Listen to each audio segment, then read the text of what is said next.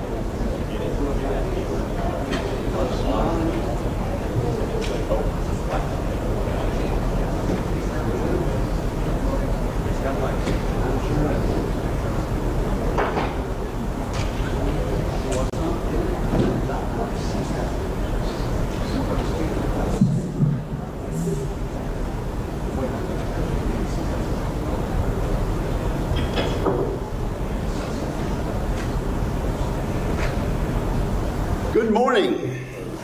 The committee will come to order, and today we welcome General Christopher Cavoli, the commander of U.S. European Command, and General Michael Langley, the commander of U.S. Africa Command. I thank them both for being with us today. First of all, we meet today in the wake of the difficult news that we have been learning more about over the last few days. We've been saddened by the death of 4 American service members, and we now know the names of them all. They passed away in a tragic training accident in Lithuania, and so we recognize them and send our best to their families and friends.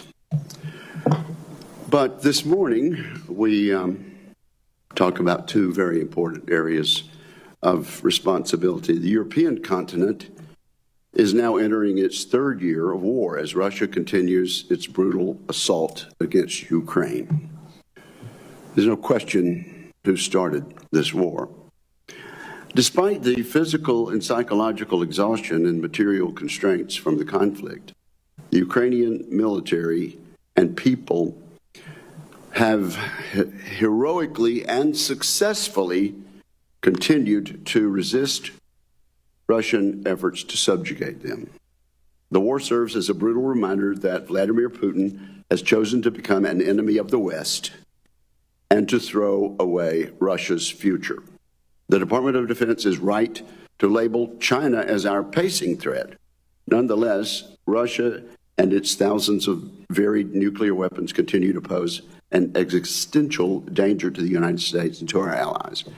Moscow's military aggression sows uncertainty and threatens vital U.S. interests every day, as Europe remains by far our largest trading partner and source of investment in the United States. The war in Ukraine has exposed the Russian army's weakness, but it also has shown that Russia can adapt to changing circumstances and can endure heavy costs. The Russian industrial base, aided by China, North Korea, and Iran, has demonstrated its ability to sustain Putin's army. Russia would likely use any pause in fighting to reconstitute its military. I say all this to make a simple point. We cannot wish away the Russian threat. Despite Russia's aggression, there are some who believe now is the time to reduce drastically our military footprint in Europe. This is a viewpoint with which I disagree. I'm troubled that this deeply misguided and dangerous view is held by some mid-level bureaucrats within the Defense Department. They've been working to pursue a U.S. retreat from Europe, and they've often been doing so without coordinating with the Secretary of Defense and the National Security Council. As I have said, Russia is now mobilized for a permanent war. Withdrawing now would doom any hope of lasting peace in Europe. Right now, we have a unique opportunity in Europe. President Trump's leadership and the Russian threat have jolted Europe awake. Many nations have begun rebuilding their militaries. Our allies on the eastern flank, Poland, the Baltic states, and Romania are all spending much more than we are. Much more than we are. The United Kingdom and France are awakening. Even Germany shows signs of stirring. NATO should be led by the United States, but Europe should shoulder most of the military burden. We can achieve that by combining the right incentives with low-cost assistance from the United States, including a drastically overhauled foreign military sales system. To build that NATO, we must maintain our current posture, which will serve as a bridge to the planned buildup of combat power by our European NATO allies. After 3 years of war, we probably should make some posture adjustments, including moving forces east. But we must maintain a strong military posture in Europe overall. Failing to do so risks tempting Russian adventurism before our European allies have been able to ramp up their forces fully and their capabilities. The Chinese Communist Party views its competition against the United States as a global project. To China, the continents of Europe, Asia, South America, and Africa are all critical in Xi Jinping's unprecedented global military expansion. In particular, Beijing has been active on the African continent. In Djibouti, China's naval base has grown substantially. It's now capable of hosting China's most advanced naval vessels and serving as an intelligence collection outpost against American and allied forces in the entire region. China is also actively pursuing a naval base in Africa's western coast, the Atlantic coast, which would provide an enduring foothold along the Atlantic Ocean. According to General Langley, this would, quote, change the whole calculus of the geostrategic campaign plans of protecting the American homeland, unquote. Russia also has designs on the African continent. Its destabilizing strategy is to trade security assistance for access to Africa's abundant natural resources. This would help fund Vladimir Putin's malign activities around the world. At the center of Putin's Africa strategy is Libya, which serves as Russia's key logistical node and enables its activities across the continent. I look forward to General Langley's assessment of Africa's importance to Vladimir Putin's strategic objectives, as well as his description of what's being done to counter Russian efforts, particularly in Libya. We cannot ignore the enduring threat posed by ISIS and al-Qaeda in Africa. Without sustained pressure, these vicious terrorists will reconstitute and continue to threaten America. President Trump was absolutely right to approve strikes against ISIS leadership targets in Somalia in recent weeks. Our adversaries view their fight against America as a global fight. We see their efforts playing out across Europe and Africa in particular. Now is not the time for an American withdrawal from these theaters. We cannot allow the Chinese Communist Party and its partners in Moscow, Tehran, and Pyongyang to overcome us strategically or to erode the ability to protect American interests around the world. So we have a lot of important topics to talk about today. I look forward to hearing our witnesses address these and many other concerns during this hearing, along with my friend, the ranking member, whom I recognize right now. Well, thank you very much, Mr. Chairman, and let me begin by adding my condolences to the families of those soldiers who perished in Lithuania. General Cavoli, General Langley, welcome. Thank you both for appearing today.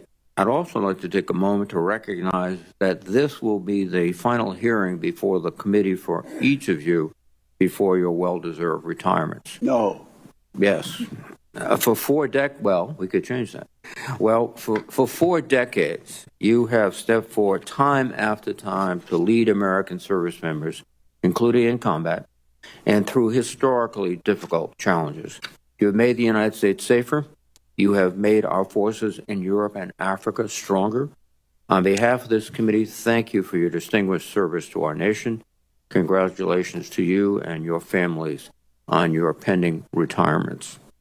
For more than 3 years, EUCOM has been the backbone of the international effort to support Ukraine in its war of survival against Russia. EUCOM has enabled the Ukrainians to succeed on the battlefield while sending an unmistakable message to America's adversaries around the globe. However, in recent months, the position of the United States has reversed. The Trump administration has repeatedly shown disrespect and contempt for NATO and our European allies. The Trump administration has begun negotiating with Vladimir Putin, but has surrendered much of our strongest leverage for nothing in return. As the administration seeks to negotiate an end to the war, I would point out that Russia is not in a strong position. Putin has sustained staggering costs in Ukraine, including more than 200,000 soldiers killed and hundreds of billions of dollars of military equipment and weapons destroyed. Russia has even turned to North Korea for reinforcements. In addition, Russia's closest ally in the war, Iran, is weaker than it has been in decades due to recent Israeli and U.S. actions. In contrast, the Ukrainian military continues to hold its ground and to display impressive innovation on the battlefield, and the Ukrainian people remain resolute in the face of daily Russian brutality. I would argue that there is never a time to appease Putin, but it is certainly not now. The Russians do not seem interested in actually negotiating or ending this war, and the Ukrainians should not be forced to make a deal that disadvantages them. General Cavoli, you have testified in the past that Russia is, quote, a chronic and growing threat to U.S. interests. I would appreciate your assessment of the war in Ukraine and your views on future U.S. military activities and investments needed in the EUCOM area to uphold our steadfast commitment to collective defense and America's security. In Africa, our adversaries have focused on building trade relationships while seizing influence from us.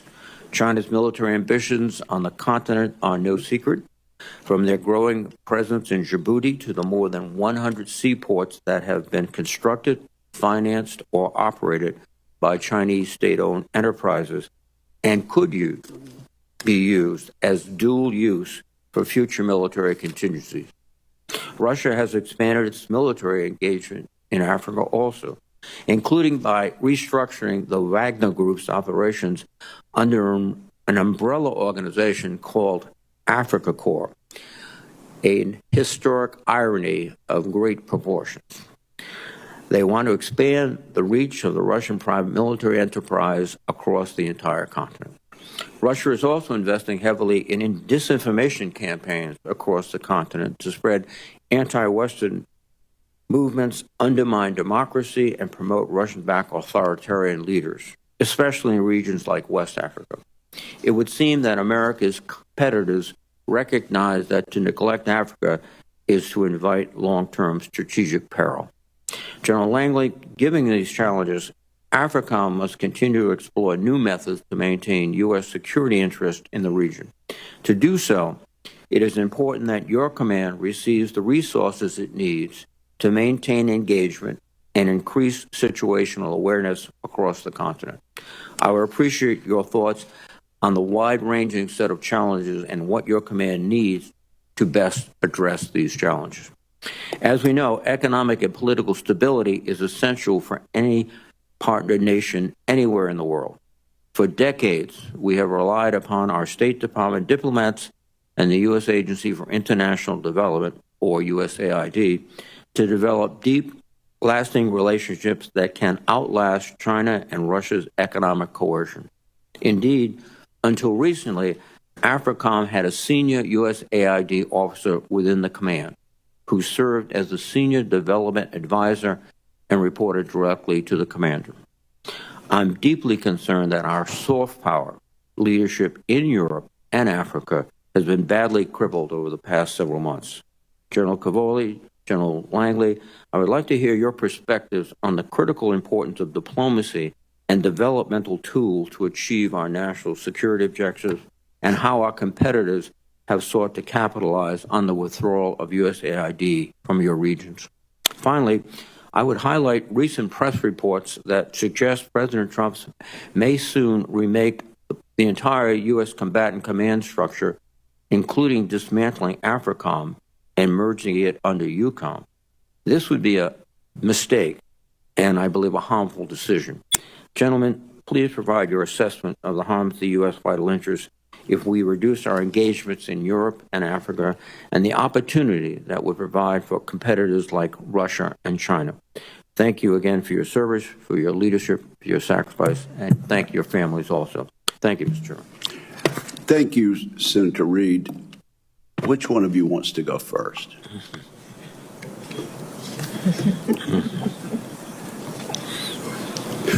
General Langley has volunteered me, Chairman. Thank you. You are recognized.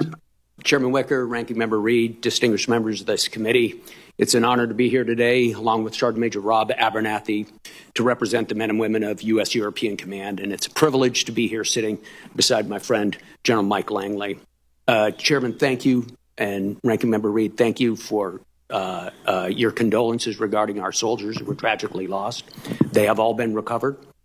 I would like to take a moment to salute the American leadership there, from General Donahue to General Taylor to General Norrie, all of whom have done a fantastic job. I would also like publicly to thank our Lithuanian allies and our Polish allies who left no stone unturned to help us recover those soldiers and who bent over backwards to give us every single thing we needed.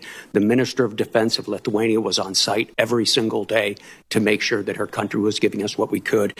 If we did a repatriation ceremony today, bringing the soldiers out, the streets were lined with Lithuanian citizens expressing goodwill and alliance with us. And I would commend that video clip to any member of this committee or any American, and I thank them.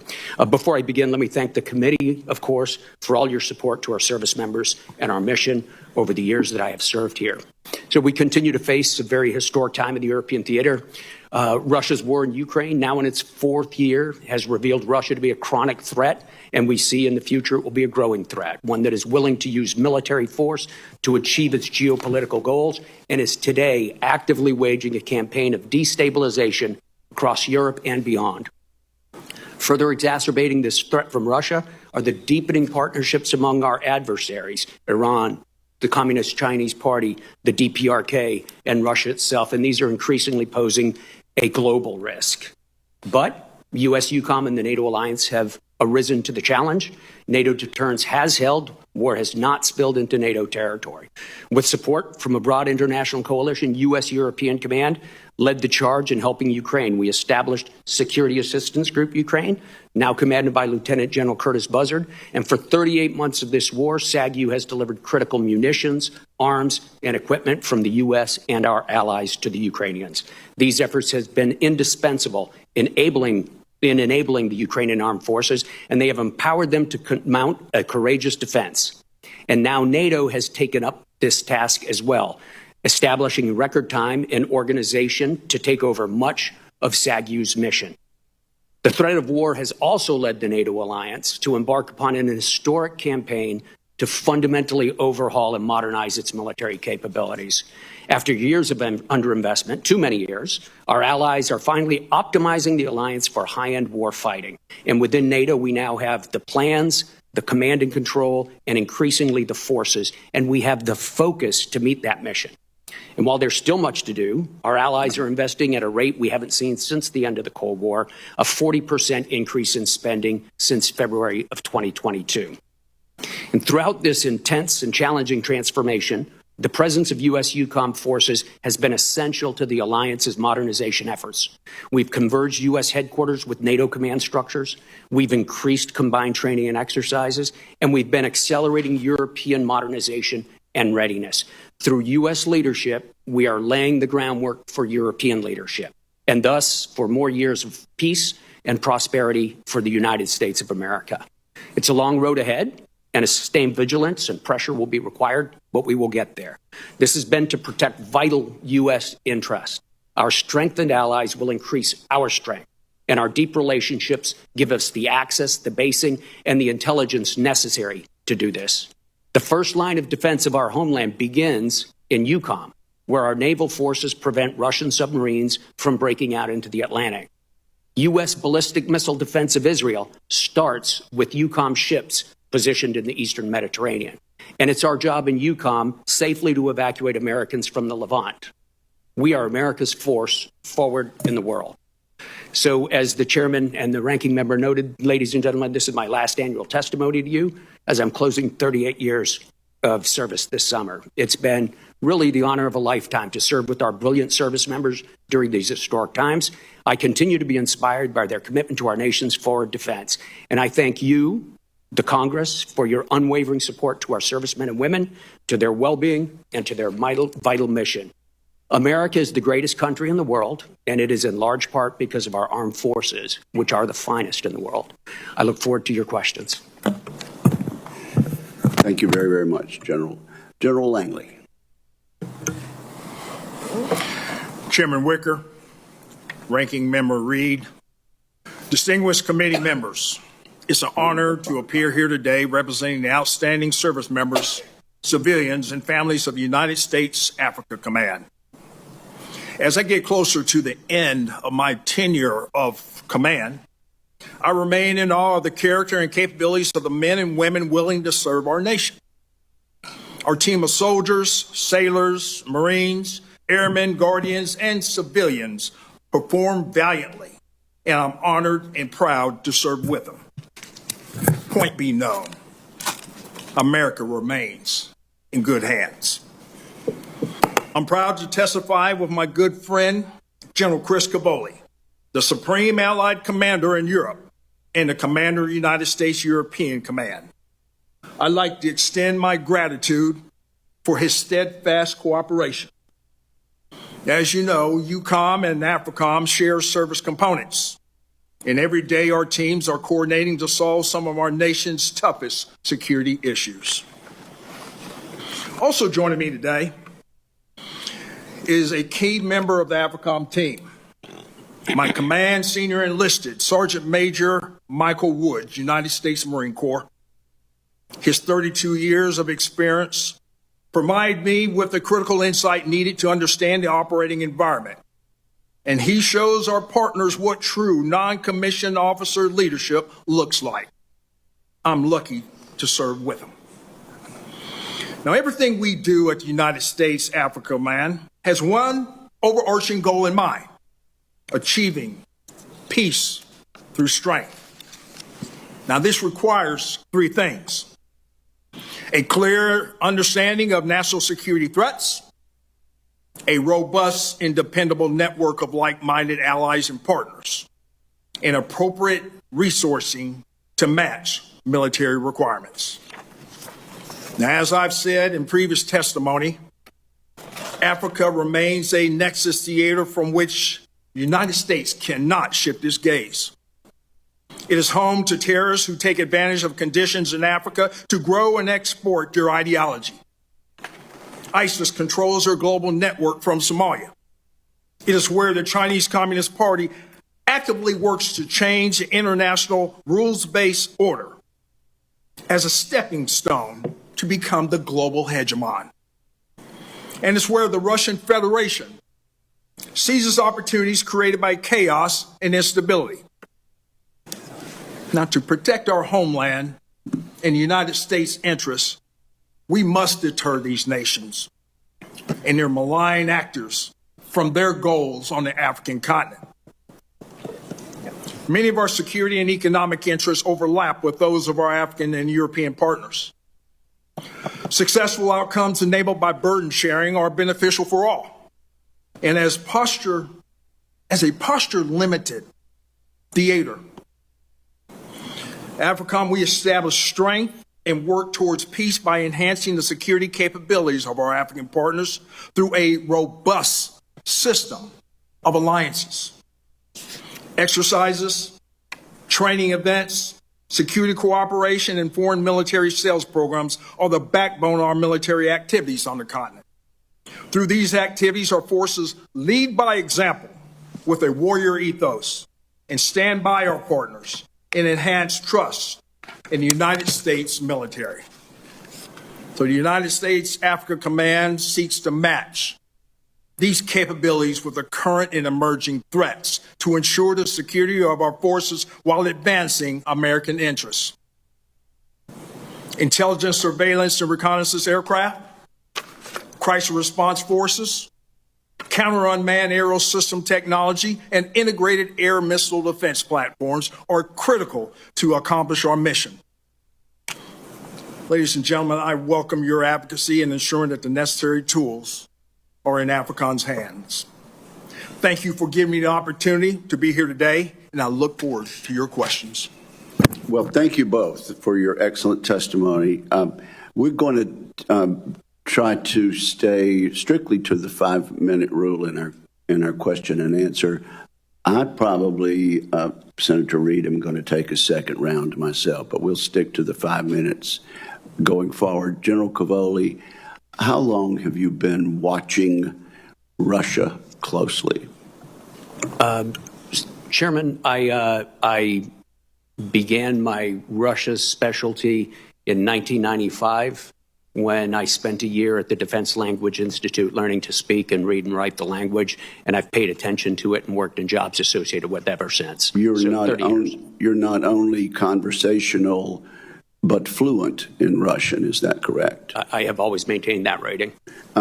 Yes, well, give us your assessment now, first of all, of what we have learned, what our military has learned during this 2.5 years of conflict in Ukraine. What have we learned about Russia's military? Where are they now? And Ukraine's military capability and where they are now? Chairman, we've learned an awful lot.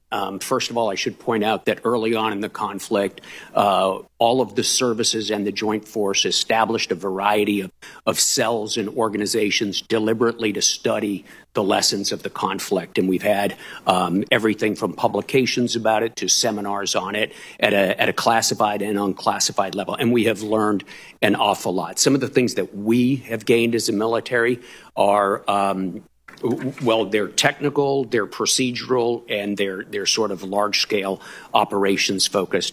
So technically, for example, we have learned an awful lot about Russian measures and countermeasures and how to counter countermeasures, a lot of technical stuff. We've seen a lot of growth in both the Russian capability and the Ukrainian capability in electromagnetic warfare, electronic warfare, and we have learned from that, and we have modified many of our procedures. I think you're familiar with the U.S. Army's Transformation and Contact Initiative. That is really based on lessons learned from Ukraine.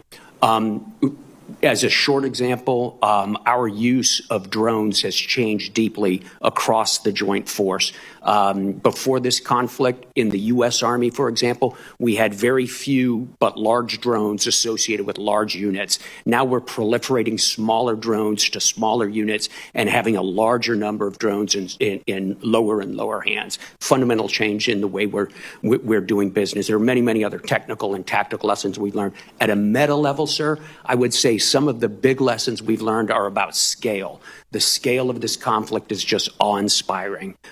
Thousands of tanks destroyed on both sides. The Russians have lost more than 4,000 tanks, which is the inventory almost of the United States tank corps. So the need for replacement, for depth of magazine, for resilience, all these are lessons that we're learning, and I believe the services are programming it as the years go forward. So we've learned a lot. Before you continue, in February of 22, we would not have dreamed of such a loss from Russia of tanks, would we?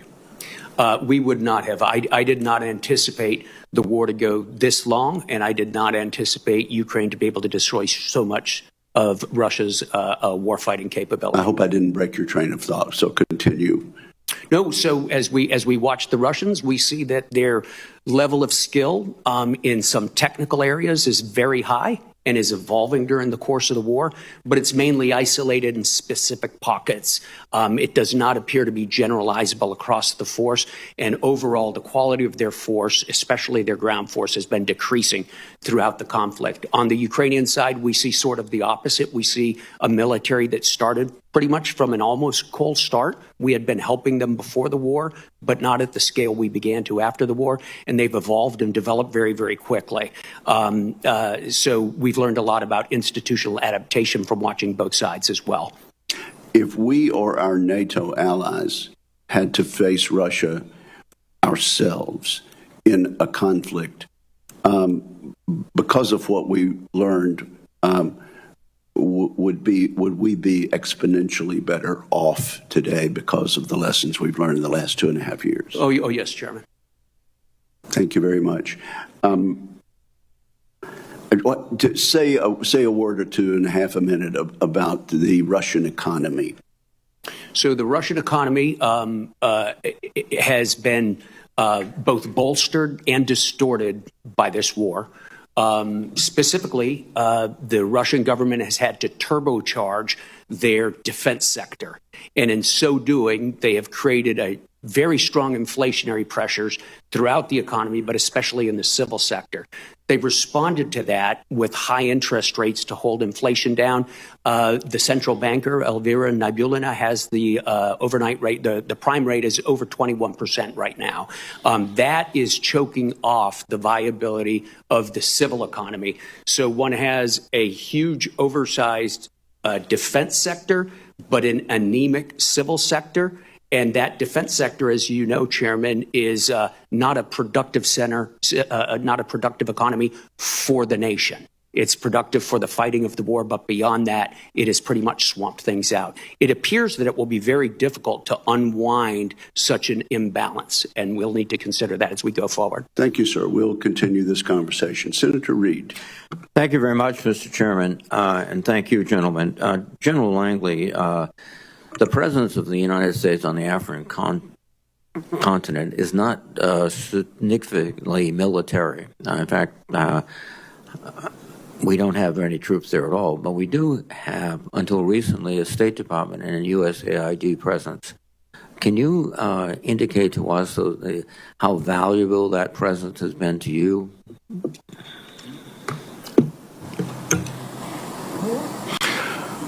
Senator, as you know, heretofore, we had a whole of government approach in some of the challenges on the African continent, and we used that in past years. Now, given that USAID and a number of capabilities are being folded under the State Department, we continue to look at ways to be able to leverage that in U.S. government pressure on especially our competitors in achieving our strategic goals. Thank you. General Cavoli, could you give the committee a brief assessment of the battlefield? We hear a lot about Ukraine's challenges, but as I understand it, they are still holding significant territory. They are taking the fight to the Russians and innovating on the battlefield daily. Sure, Senator Reid. All of the above is true. So if we take just a moment and go down the front line of troops, if you don't mind. So if we start in the northern part of the battlefield, the active battlefield area, that's the place where Ukraine last summer pushed an advance into Russia in an area called Kursk. And they took a large part of Kursk. This is where the Russians introduced North Korean troops to help push the Ukrainians back out. They set an original goal of the end of September to have the Ukrainians out of Kursk. The Ukrainians today are still in Kursk. There is a sizable force holding a sizable, diminished but sizable chunk of ground inside Russia in Kursk Oblast right now, and they're holding on very good defensive terrain. South of there in Belgorod, the Ukrainians a couple of weeks ago pushed a smaller counteroffensive back into Russia. So we still have a back and forth going up in that area. If we come down inside of Ukraine to some of the big battlefields up in Luhansk, and first of all, there's the city just west of the old Bakhmut called Chasiv Yar. The Ukrainians and the Russians have been fighting over this city and the city to the south of it, Toretsk, for about 8 months now. In recent weeks, the Russian offensives have sort of petered out.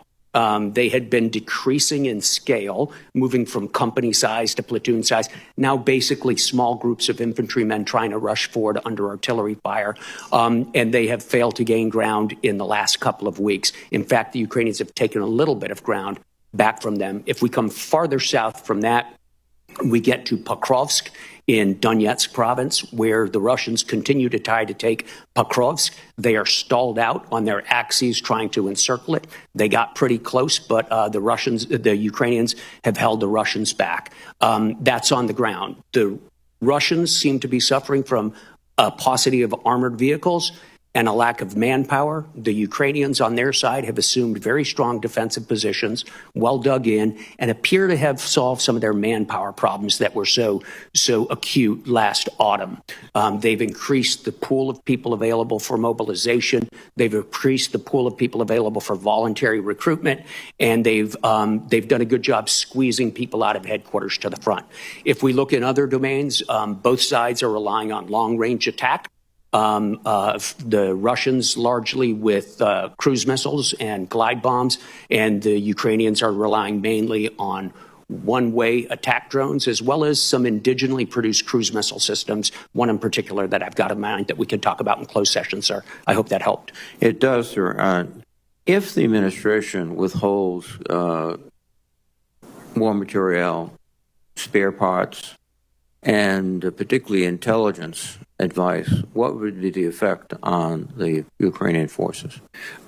First of all, it would obviously have a rapid and deleterious effect on their ability to fight, Senator. The Ukrainians depend on us principally, uniquely, I should say, for their high-end anti-aircraft systems. So the things that shoot down the ballistic missiles and the long-range attack missiles that the Russians throw at them almost daily, that is mainly supplied by the United States. That would have an obvious effect. If the Ukrainians were not able to receive intelligence from us, they would struggle to target, especially in depth, operational level targets such as command post, logistics areas, and things like that, which require a specific way to you've got to have very good intelligence to do that, and they would struggle to do that. I do have to note that the Ukrainians have developed alternative sources. Many of our allies have stepped up their ability to produce things for the Ukrainians. Czechia this month is delivering more than 70,000 rounds of 155. So there are some real advances. There's some diversification of their supply sources, but undoubtedly the Ukrainians are very dependent on our assistance. Thank you, sir. Thank you, Senator Reid. Senator Fisher. Thank you, Mr. Chairman. General Langley and General Cavoli, thank you both for your many years of service to this country. General Cavoli, you serve as both the commander of the U.S. European Command and also as the Supreme Allied Commander of Europe. That means you are responsible for the overall command of NATO military operations and forces, including the United States nuclear forces that are deployed to those NATO countries. NATO is a nuclear alliance. Our deterrence strategy has worked for over 75 years. Having an American serve as Supreme Allied Commander of Europe has been a key part of that strategy. General, can you at this level of classification walk us through how command and control of U.S. nuclear forces in Europe works today, including your role? Absolutely, Senator. So to keep it at a very open level, the United States guarantees, has always offered a certain amount of nuclear force to NATO to be employed by SAC here. So we have some nuclear weapons that in a conflict, upon the agreement of the United States and the rest of the nations, would be turned over to SAC here to be delivered by a variety of nations who are involved in this program, all of them NATO nations. That all happens under the command and control of SACIR. If SACIR were not an American officer, we would have to find some other way to do that, and it would certainly not be as integrated with the rest of SACIR's operations as it is now. So, yeah, I basically, as the American commander, have those weapons in my possession, and at the time of need, as instructed, I would pass them to myself as the Supreme Allied Commander to employ in accordance with the 32 nations. It sounds to me like the way the command works right now, we don't have a middleman involved in this. It would be you as an American commander in consultation with the president, the commander-in-chief, who could, I believe, more easily and also with more knowledge make decisions affecting the use of our nuclear weapons. Would you say that's correct assumption yes, on ma'am, my part? That's correct, because I am able to rehearse these procedures both in the American system. I work very closely with General Cotton, for instance, from U.S. Stratcom. We can rehearse those procedures on a U.S. basis. We rehearse the delivery procedures on a NATO basis. And I and key American elements of my staff at the NATO headquarters, at Supreme Allied Headquarters Europe, we are able to be the link in that chain that makes it seamless. Thank you. The GIUK gap, sir, it's always been a critical maritime choke point, but it has recently grown in its strategic importance to NATO in light of the increase we're seeing with Russian submarine patrols in the Atlantic. What do you see, General, as the largest challenges with respect to the GIUK gap? The biggest challenge is there, ma'am, at an unclassified level, just the quantity of stuff we have, the quantity of equipment and the quantity of forces we have available to monitor the underwater activity there and to counter it. It's important to understand that the U.S. has a unique role here. We have capabilities that our allies do not have. They have capabilities in numbers that we need to augment ours, so we work very closely together. But the U.S. component of those efforts is absolutely fundamental. Thank you, General. General Langley, as we're considering Africa under your command, we have seen, I believe, an increase with the Chinese presence on the continent, economic developments, military activities, investments on the continent. Do you see, or what would you see as the greatest concern to U.S. security and also to regional stability in the area with regard to the actions that we are observing with the Chinese? Sir, I see three lines of operations by the CCP. One, from geostrategic and their basing initiatives. As you well know, Dorley in Djibouti is their first start. And as the chairman talked about in his assessment. Then also other basing initiatives across the continent of Africa. Then their geopolitical line of effort in trying to dislodge the overall leadership in their quest to be the regional hegemon, as we start to look at their activities in the UN and trying to get geopolitical advantage over the West. And then also geoeconomic. They treasure critical minerals. They need those critical minerals, not only for their defense industrial base, but also for their greater industrial base. Those lines of efforts are what we're watching closely because they want to be the global hegemon. Okay. Thank you very much. Thank you, Senator Fisher. Senator Shaheen. Thank you, Mr. Chairman, and thank you to General Cavoli and General Langley for being here this morning and for your many years of service to the country. I want to follow up on Senator Reid's question about USAID's presence in Africa, or lack thereof, now that this administration has closed down virtually all of the operations in Africa. This is the fastest growing continent in the world. It is a place where we're seeing increasing incursion by the Chinese, as you pointed out.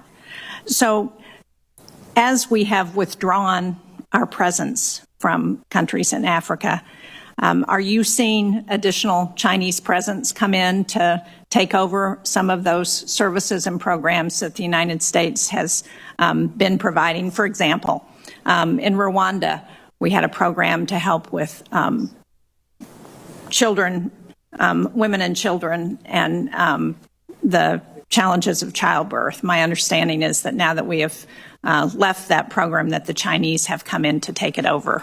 Are you seeing that in places? Sir, I am seeing that. You know, there's a number of programs that we see that the Chinese Communist Party is trying to replicate. They can't do what we do. They can't do what we do in PEPFAR, where they extended the life span of a number of Africans by 20 years. They're trying to replicate that. They're trying to match what we do. So that's what we're seeing as we start to fold in the capabilities of USAID under State Department. China's trying to exploit that scene. And do you agree that it would be a huge loss if we don't continue many of those programs? Senator, I won't speak to the policy part of that, but it is a need. Those capabilities are needed for the U.S. To maintain a strategic advantage over the Chinese Communist Party, because we do it best. And the Africans, they speak that they do prefer the United States. Thank you. General Cavoli, I want to follow up on Senator Fisher's question about the role of the SACEUR in NATO and in Europe, and the importance of that role in terms of nuclear weapon command and control. And partly because what we're hearing is rumors from the administration that they're thinking about eliminating that dual hat responsibility. I'm not going to ask you to comment on the policy point there, but how concerned would you be about the lack of control of nuclear weapons, especially should Article 5 be invoked? We would want those under the command of a U.S. officer, ma'am. Thank you. Clearly. And Senator Reid and Senator Wicker both asked you a number of questions about Ukraine and where the war is now, and you were very forthcoming about that. As we look at potential negotiations on trying to end that war, what is the best leverage that we can have with Putin and Russia in terms of positioning Ukraine to be able to come to a negotiating table with a position of strength?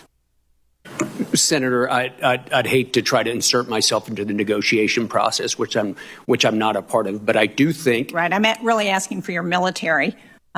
So continuing to assist Ukraine on the battlefield daily, I think, is very important. Continuing to enlist not just the material assistance, but the unity of our allies in this effort to support Ukraine, I think, is also an important function to be done. I'll leave it to the administration to determine how to achieve leverage against the other side.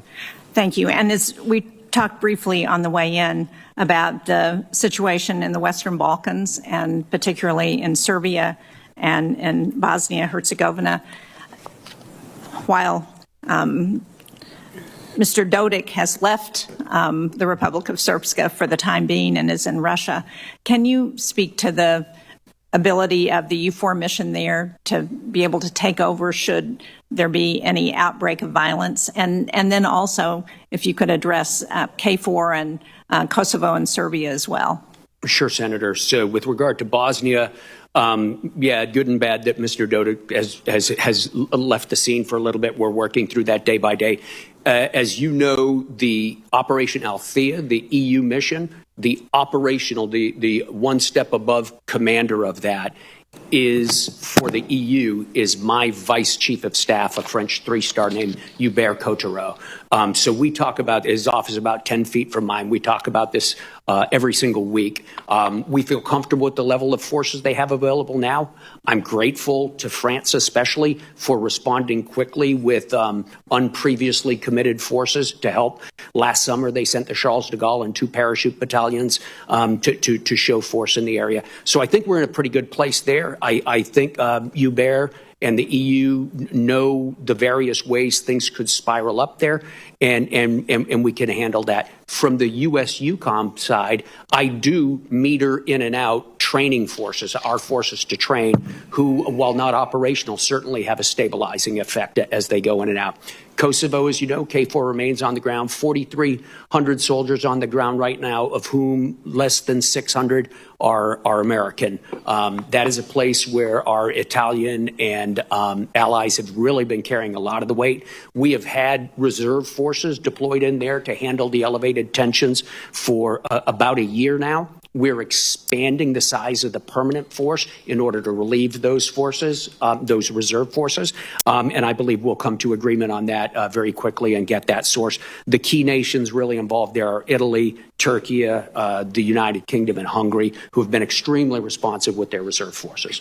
Thank you. Thank you very much. Thank you, ma'am. Thank you, Senator Shaheen. Let me observe I'm doing a poor job of enforcing the 5-minute rule. But General Langley, let me just follow up for a moment. As we dial back USAID in Africa, China's not dialing back the Belt and Road Initiative anywhere in Africa, are they? Chairman, China is responding by trying to replicate what capabilities USAID was very successful across a number of years. They're trying to replicate that, whether it's in health diplomacy or any development type programs. They're trying to use that as extension of the Belt and Road Initiative to gain favor by the African countries. And they would you say it's not principally altruistic on the part of the Chinese communists? Chairman, I'd say that they've made some missteps in the last couple of weeks, especially in Zambia with that spillage into the river that affects 5 million people. So they're getting a horrible start using a track analogy. But they do it in their own self-interest, the Chinese. Absolutely. Thank you very much. And Senator Cotton, you are now recognized with the apology of the chair. Gentlemen, welcome. Thank you for your service to the country. I know you'll be sad not to get to come here and testify in front of the committee anymore after today. General Cavoli, in his first term, President Trump withdrew the United States from the Intermediate Range Nuclear Forces Treaty. Finally, after years of Russian cheating with impunity, that's allowed our military to develop longer-range missiles. The Army has been developing the long-range hypersonic weapon, a ground-launched missile that has a range of up to, well, it has a long range, I'll put it that way. It appears that the Army's first multi-domain task force in the Pacific is slated to get this weapon first. Do you see a role for the long-range hypersonic weapon in EUCOM? I do, Senator Cotton. I think it would be very useful. I think coming out of the INF Treaty was a very important move, and it's one that we now should capitalize on in all the relevant theaters. The Army's multi-domain task force long-range fires battalion is the real key component. It's got several systems in, as I think you know, and there is a move to there is a request out there to place one of those in Europe that I could get into in closed session in detail with you if you'd like, sir. Okay, thank you. General Langley, the Trump administration has conducted multiple airstrikes against al-Shabaab targets since taking office. What's your current assessment of the threat that al-Shabaab poses to our national interest and specifically to the U.S. homeland? Senator, al-Shabaab is especially a heightened terrorist threat, namely because they're colluding with the Houthis across from Yemen. And so we're watching that closely. The President and the Secretary of Defense has given me expanded authorities. I can talk about those details as far as expanded authorities, but I will say we're hitting them hard. I have now had the capability to hit them harder. Okay, al-Shabaab is in the Horn of Africa on the East Coast. There's obviously other terrorists operating throughout Africa associated with al-Qaeda or the Islamic State. What's your assessment of the threats that all those terrorists on the African continent pose, and again specifically pose to the U.S. homeland? Senator, left unchecked, they will have a direct threat on the homeland, whether it's just their networks or even their ideology. We remember 1 January 2025, what happened in New Orleans. Still, there are some that have been indoctrinated by this false ideology of Islam. Okay. General Cavola, coming back to you, outside of your AOR, but I think perhaps with some follow-on effects, the Assad tyranny fell late last year. That has imperiled Russia's access to its naval base in Syria. There have been reports that Russia is looking to replace that base elsewhere in the Mediterranean, including potentially in Libya. How do you assess the situation in the Mediterranean and Russia's access to the Mediterranean since the fall of Assad? Senator, they've suffered a big loss. They've suffered the ability to maintain sustained maritime operations in the eastern Mediterranean. It's much more difficult for them now. They are searching, and I'll let Mike talk about this if you'd like to, sir. They're searching for alternative basing to replace Tartus, which they've mainly lost on the north shore of Africa. They've failed so far to achieve a long-term agreement for a major base. So this will be significant. It's significant not only because we have a reduced presence of submarines, Russian submarines in the eastern Mediterranean now. It's also surface vessels that find it harder to do sustained operations. And finally, it's much more difficult for Russia to sustain the operations, both overt and covert operations that they're doing in Africa without those bases. And the Alliance and U.S.-UCOM are both taking actions to try to make sure we keep them boxed. General Langley, anything to add? Yes, Senator. I watch Maghreb closely. Russia now does have initiatives because that is NATO's southern flank, from Morocco to Algeria and even Tunisia and Libya. I engage with them closely for shared objectives of denying the militarization of NATO's southern flank. Okay. Thank you, gentlemen. Thank you, Senator Cotton. Senator Hirono. Thank you, Mr. Chairman. And my thanks to both of you for your decades of service. I did want to mention the concerns that our European allies must have regarding what happened with Signalgate. So U.S. officials, including Vice President Vance and Secretary of Defense Hicks, said this is for General Cavoli. Use Signal to communicate classified Yemen strike plans, putting the lives of our service members at risk. And in addition to sharing classified material on an unsecure network, the Vice President and Secretary of Defense spoke contemptuously about our European allies. I think both of you very much know how important our allies are and how important it is for us to continue to strengthen our relationships with our allies. So it certainly doesn't help when we have our leaders in an unconscionable way being contemptuous of them. General Cavalli, do you think sharing operation plans on unclassified systems puts our warfighters at risk? Ma'am, we have protocols to handle classified information. We adhere to them to the extent that we're capable. When there's a failure in that, we, of course, investigate it. Answer is yes? Yeah. Have you heard from our European allies? Have any of them indicated to you their concerns about the security breach on our part? No, not directly. I've not had anybody ask me about that or talk to me about that. What do you think they are thinking regarding the security breach? Ma'am, it's hard for me to put myself into their Is heads. it reassuring to them? It's hard. I can't, characterize their thoughts, ma'am. So none of them actually said to you, what is going on? No, if one in did, the I United would, of course, States? tell you. Mm-hmm. That's pretty surprising. Don't we share intel with our European allies? Of course, it's one of the most important parts of our alliance and our bilateral relationships.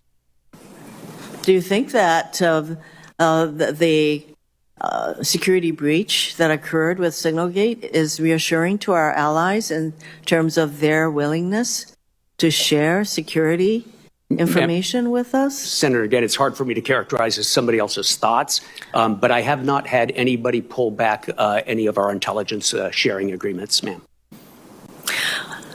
I find that surprising, but nonetheless, I hope so. There have been recent news reports that the Pentagon is considering combining AFRICOM and EUCOM into one command. For both of you, what is your best military advice on the strategic, operational, and resource implications of such a merger? General Langley? Senator, I won't speculate on the evolving policy, but I will say this. I'll just give comparison of the relevance of AFRICOM and our mission. Back in 2007, when we were stood up, we looked at the challenges across the globe, and especially the challenge of terrorism. At that time, the global presence of terrorism on the African continent was 2%. Senator, today it's 43%. And then even adding on to a geostrategic type of perspective of our great power competitions, both Russia Federation and the Chinese Communist Party activities on the African continent is grand. So my responsibilities are great. So for a combat commander, it would be a daunting task for integration. So would you agree that General Cavalli, that the challenges, as General Langley put it, have increased in Africa, not decreased, and making it even more important that this combatant command continues? Ma'am, the challenges in Africa have increased exponentially over the last 10 years. Not just the terrorism that was there during the previous period of the last 20 years, but the increasing activity of Russia and China. Yeah, there are a lot of problems there, ma'am, and I'm satisfied with the problems I have in EUCOM. Would you like to share your thoughts on yet another potential change being contemplated by the administration, and that is to give up our role as NATO's Supreme Allied Commander?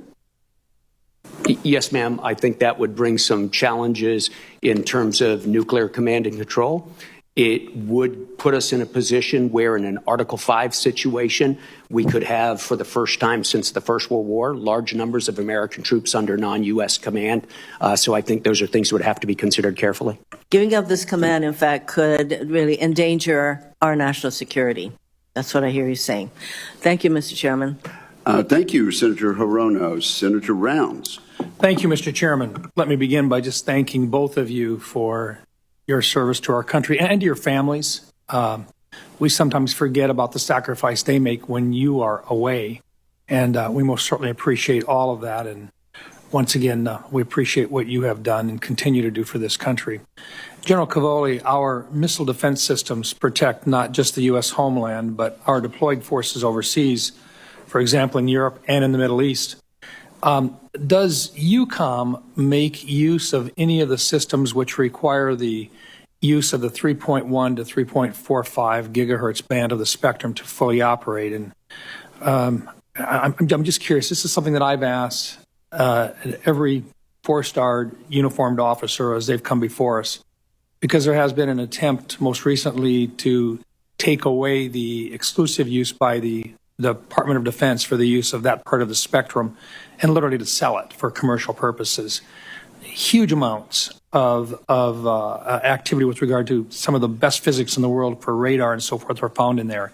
Can you share a little bit about what EUCOM does and whether or not it would impact any of our capabilities in Europe? Yeah, we sure do use it, Senator. We use it principally in our air and missile defense systems, as you pointed out, which are part of the system that protects the United States homeland from ballistic missile attacks. So more than that, I could go into in classified session, but it is a source that would have to be worked out if we lost access to that bandwidth. Yeah. Are you familiar with some of the physics involved in why we picked that particular part for our radars and so forth? I would never volunteer just how familiar I am with physics, but yes, a little bit. Okay. Just with regard to that, I mean, there is a reason why that particular part of the spectrum is being so closely protected by the Department of Defense. Is that fair to say? There is. Thank you. General Cavalli, also, can you describe how the Ukrainian armed forces, as well as their defense industrial base, have evolved over time, and just a little bit in terms of what you've observed? Wow, sure, Senator. So in 2014, I was a one-star commanding our training enterprise in Germany and throughout Europe. And in 2015, I was given the task to help to set up a training center in Western Ukraine for the Ukrainians as a response to the invasion and the annexation of Crimea that had taken place in 2014. At the time, they were, a hand-to-mouth army that was tied in a tight fight in their eastern area and had suffered from 30 years of post-Soviet neglect. They were in tough shape. Between then and 2022, they managed, while maintaining a fight in the east, they managed to convert themselves into the force that was able to stop Russia. This came with a number of important decisions from the United States, specifically an increase in aid and the initiation of lethal aid, the donation of javelins. I believe it was in about 2016 or 2017 we gave that. Since then, you know the trajectory, sir. They went from being basically Minutemen with javelins stopping a Russian invasion to being an organized force that is increasingly able to generate force in a reliable and predictable fashion. Very difficult to do, especially on the fly. It's taken a couple of years to get it going. And they've developed a defense industry that is producing many of their own munitions right now. In fact, I would say they're the world leaders in one-way attack drone technology. Interesting. As you've watched this and observed this, you've watched what Russia has done as well. What would be your assessment of how Russia would react to a conflict between the United States and China? I think clearly whatever the United States does in the world, Russia will find a way or will look for a way to turn the situation to its advantage and to seize opportunity. So depending on the exact parameters of a conflict with China, exactly what the conditions were, I would expect Russia to try to take advantage of that either in the information domain or even physically. Would it be fair to say that if we found ourselves in a theater conflict in the Pacific Rim region, highly strong possibility that we'd also find ourselves in a conflict in the European theater as well? Or other theaters as well, yes. Thank you. Thank you. General Langley, I did have questions for you, but I will put them in the record. I thank you for your service as well. Thank you, Mr. Chairman. Thank you very much, Senator Rounds. Senator King. Thank you, Mr. Chairman. Thank you, Mr. Chairman. Based upon the testimony this morning, I'd like to move we extend the terms of these two generals for another 4 years. Without objection. Sorry, fellas. The bad news is you get to tell your family. I have to point out, Mr. Chairman, that in the hour that we've been sitting here, investors in the United States stock market have lost $2.5 trillion, and I think that's something that should be noted. General Cavoli, it appears that the Russians and President Putin are engaged in what they consider a kind of waiting game, a grinding down in the conflict in Ukraine. Are the Ukrainians destined to lose? No, Senator. Thank you for the question because I think it's an important one. There's nothing inevitable in war. And the Ukrainians are in very strong defensive positions right now and are improving weekly their ability to generate force and to reinforce those positions. It is hard sitting here right now to envision a major Ukrainian offensive that clears everybody, out of every square inch of Ukraine. But likewise, it's very hard to envision Ukraine collapsing and losing that conflict. I do not think there's an inevitability to a Ukrainian loss. And a follow-up question, and you touched on this in answers to Senator Brown's.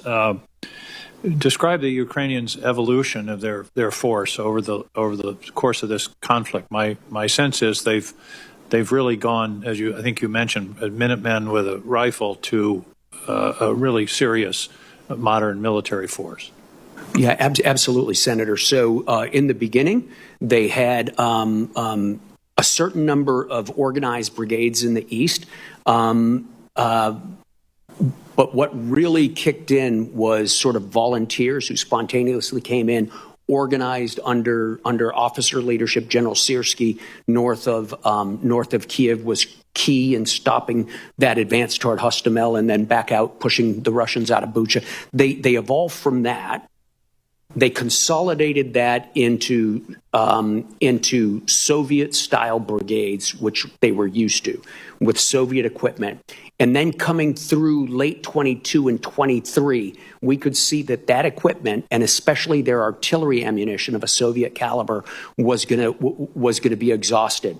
And so we had to help them convert to a largely Western-equipped and almost exclusively Western artillery-equipped force, which is pretty complicated. We operate off of a different aiming circle. They've been effective in making that transition. It's amazing. To do that under fire, under the pressure of one of the world's largest armies, it's a fantastic feat. Let me change the subject entirely for a minute. Please discuss Russian and Chinese activities in the Arctic and the risks in the Arctic. It strikes me that this is a looming threat area that we should be addressing. And I should mention the reason it's becoming so important is the melting of the Arctic ice, which has something to do with climate change. 70% of the Arctic ice has disappeared in the last 40 years. So talk to me about the strategic importance of the Arctic. Absolutely, Senator. So from the U.S. perspective, the most important thing to understand is the shortest distance from Russian airfields to the United States is over the polar cap.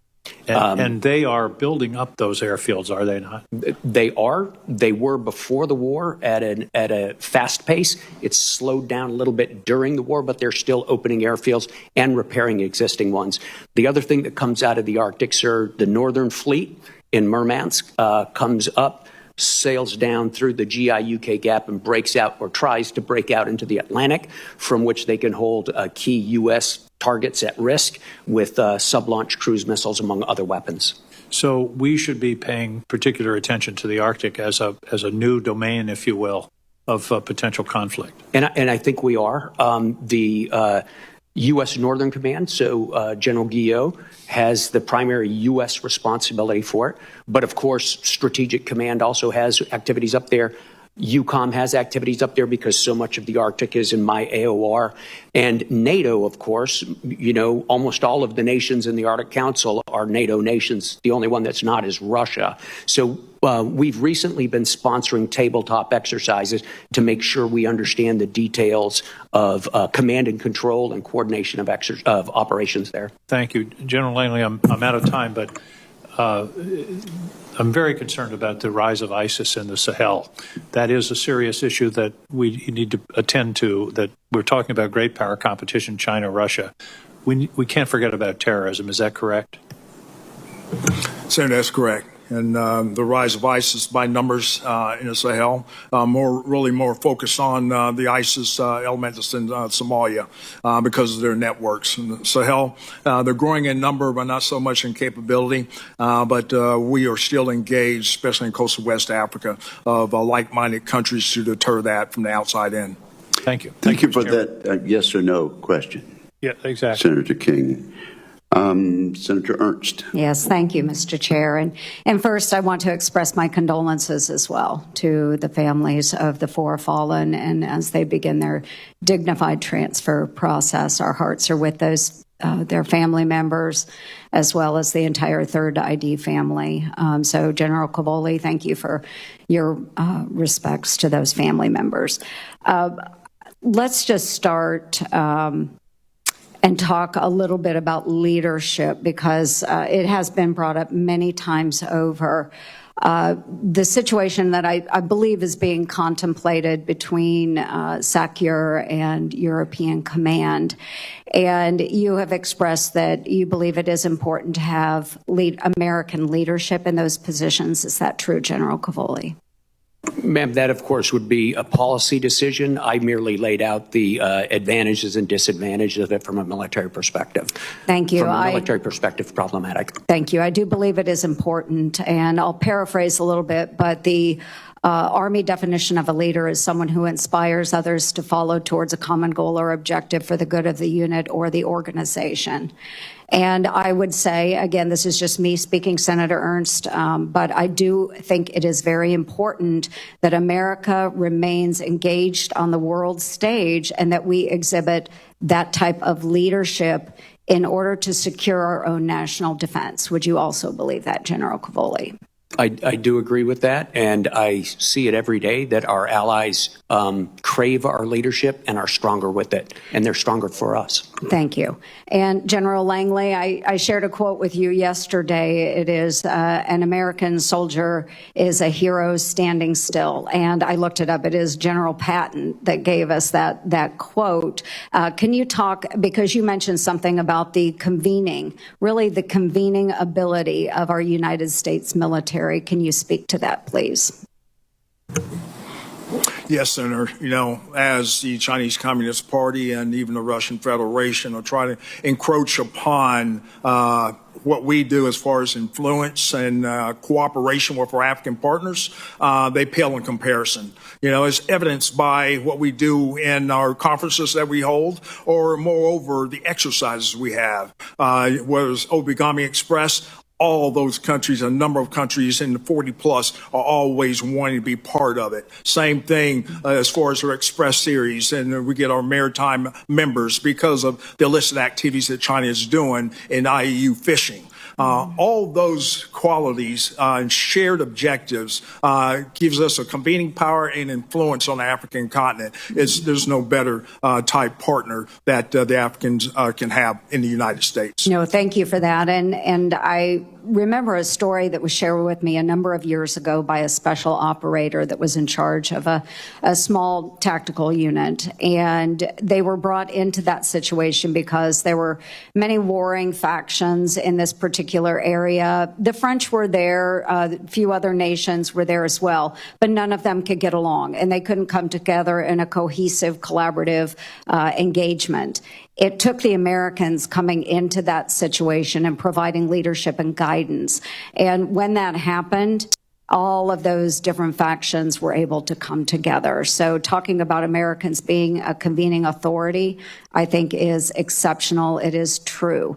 So again, I will just stress how important I think it is that the United States remain engaged on the world stage and provide that leadership. We don't have to provide all the boots on the ground, but certainly I think American leadership is valuable. General Cavoli, I'll go back to you. In reference to the war in Ukraine and Russia, again, another story that I will share with you. When I deployed to Operation Iraqi Freedom as a transportation company commander, we occupied a base in Kuwait. We ran convoys through Kuwait and southern Iraq.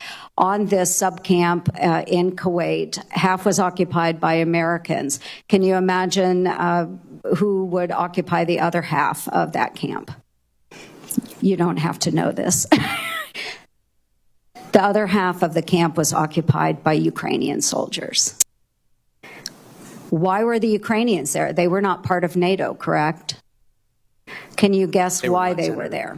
Probably because we asked them to be there, and they responded positively because of our leadership position in the world. Absolutely. And I share that story because so many people don't realize that the Ukrainians were there for us when we needed them. Those men, it was all men actually, the Ukrainian men that were there, their soldiers, they were route clearing engineers. I was a transportation company commander.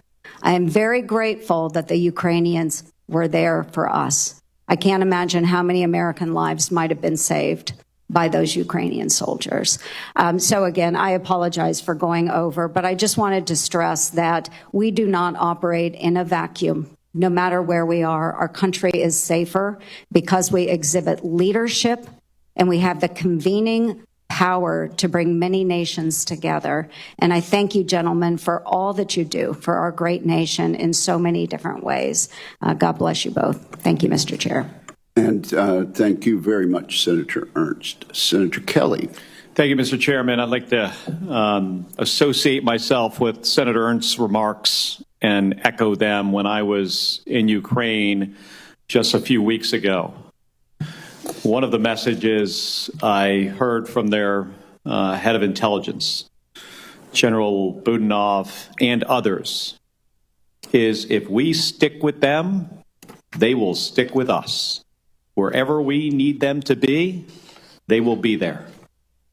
And when you consider that they're literally fighting for their survival and fighting for their lives, to expressed to me how important our relationship was and what it means to them going forward. I think we have a friend we can always rely on. But I am concerned about, over the last few weeks, the politics around this conflict have gotten us off track. But I'm curious, General Cavoli, from your perspective, friction between President Zelensky and President Trump, how do you feel our Ukrainian allies are handling this right now? And what concerns do you hear directly from them about our ability to support them? I just had members of the Ukrainian parliament in my office, and we were talking specifics. We're talking about ATACMS rounds, HIMARS, PAC-3 rounds for Patriots, AIM-120s, 155 millimeter artillery rounds, GPS, these systems. Can you just give me a summary about where you think we are with our support, and what do they need to continue this fight? Thank you, Senator Kelly. With me, my interlocutors, who are principally general officers or members of the Ministry of Defense, they're resolute. They're resolute. They're focused on a task. They have a defense to execute, and they talk to me about the practical aspects of that. You're correct. They do continue to depend on our support. Our support is in a wide variety of munitions, especially, but also the provision of intelligence. They're very eager to maintain those, and there are certain specific ones that I could talk about in closed session that are especially valuable. I did, however, earlier in open session mention air defense missiles as one of the most important, because we're basically the sole provider of those for them. All right. Thank you. And I want to move to General Langley for a second here. Good to see you again, too, General. AFRICOM has continued to experience conflict arising from the uptick in violent extremist organizations as our focus continues towards large-scale combat operations in Indo-PACOM and Europe. I'm concerned that our defense modernization and optimization will trend towards those theaters, but away from other issues that we can't ignore: the real threat of terrorism and gray zone operations, especially in AFRICOM. It's critical that we don't lose sight of this real threat. And you previously highlighted, General, your need for more ISR capability, calling ISR an active deterrent in Africa. Yet we have limited platforms to go around.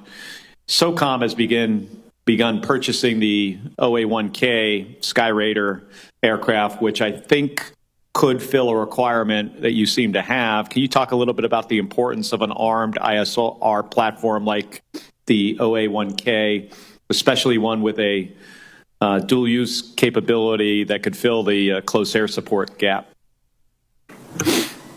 Senator, thank you. I will speak to the capabilities of various ISR platforms in Africa, especially as far as our operations, ongoing operations across Somalia and in support of the Somali National Army.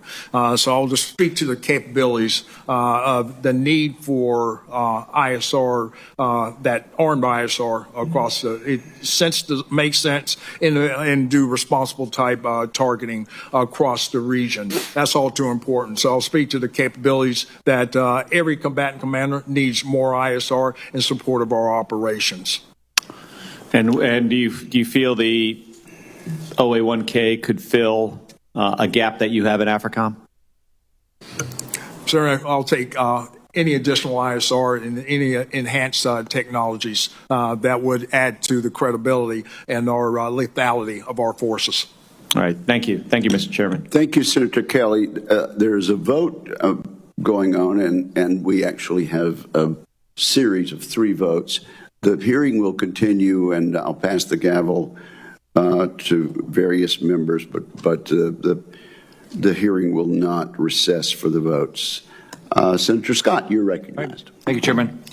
Thank both of you for what you do. Thank you for the men and women that work for you and serve with you. And I want to recognize and honor the 4 brave American heroes who lost their lives serving the country in Lithuania. So that has to be a tough day when that happens and talking to their families. So, General Cavoli, can you talk a little bit about the importance of what Poland, Estonia, Latvia, Lithuania are doing in contrast to, historically at least, maybe Germany is finally going to show up and do their part. But can you talk about the importance of what they're doing along the eastern flank and then in contrast to what the lack of investment that Germany's made in the past and the importance of what these countries on the eastern flank are doing? Sure, Senator. It's a great opportunity to talk about some of our allies, some of our newer allies, right? These are not plank owners. These are post-Warsaw Pact allies of the United States. Poland's at 4.7% of GDP. Right? As a benchmark, we are at about 3.4%. So this is a country that has had very rapid economic growth sustained over the last 15 years and is committing it to correct an imbalance in their defensive capability. They're buying vast quantities of U.S. equipment, by the way, but more important, they're integrating it with the alliance and they're making it available to the alliance for collective defense, which is fantastic. They are rapidly becoming the bulwark of our ground defenses on the eastern flank, and their officer corps is stepping up to the task as well. If we come up through Lithuania, Latvia, and Estonia, every single one of those countries has come above 2%. Estonia is headed over 3%. 2 of the 3 countries have reintroduced at least limited conscription. They are building defensive fortifications, and they have extremely well integrated national defense plans with our NATO defense plans. Very, very active. I spend quite a bit of time there working with them on their plans. Finland, of course, never looked away from its national defense requirements throughout years and years and years since the Winter War of 1939, and they have happily and seamlessly and quickly integrated their defense plans into our NATO defense plans. And in fact, they're contributing a 3-star land component command to handle the potential ground fight in the high north for us. So very grateful to those countries. You want to talk about Germany? Germany has performed as an ally for many decades, sir. During the Cold War, we know how strong they were. They, like many other nations in the alliance, took a holiday from readiness and force-sizing, and they're trying to correct that. It's a complicated situation politically, but I believe that Friedrich Merz, has been able to negotiate as part of a future coalition. He'll be the future chancellor. He's been able to negotiate at long last an agreement to be able to use deficit spending to be able to finance more rapid growth, and we look forward to having that happen. They have very solid plans for expansion and for modernization. We just need to see it get going. If you were placing troops around the NATO alliance, American troops without any past, where would you move troops? But if you didn't have to worry about existing physical structures, things like that? Ultimately, what we would like to see is sufficiently robust national forces to be the basis of the defense of any part of the eastern flank. In some places, that's hard to see because just the nations are not large enough, the Baltic nations, for instance. The second thing we'd like to see in those places is a reinforcement by a multinational alliance force. We have that in the 3 Baltic countries.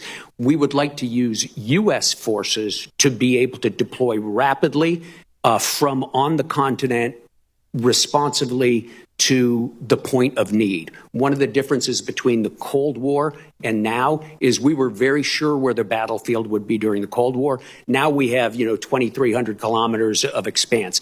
The U.S. forces bring capabilities that nobody else has and can move the fastest. So I need them in locations where they can be trained, ready, and where they have the infrastructure and the political agreements, the international agreements, to be able to deploy quickly from. All right. Thank you. Thank both of you for your service. Thank you, sir.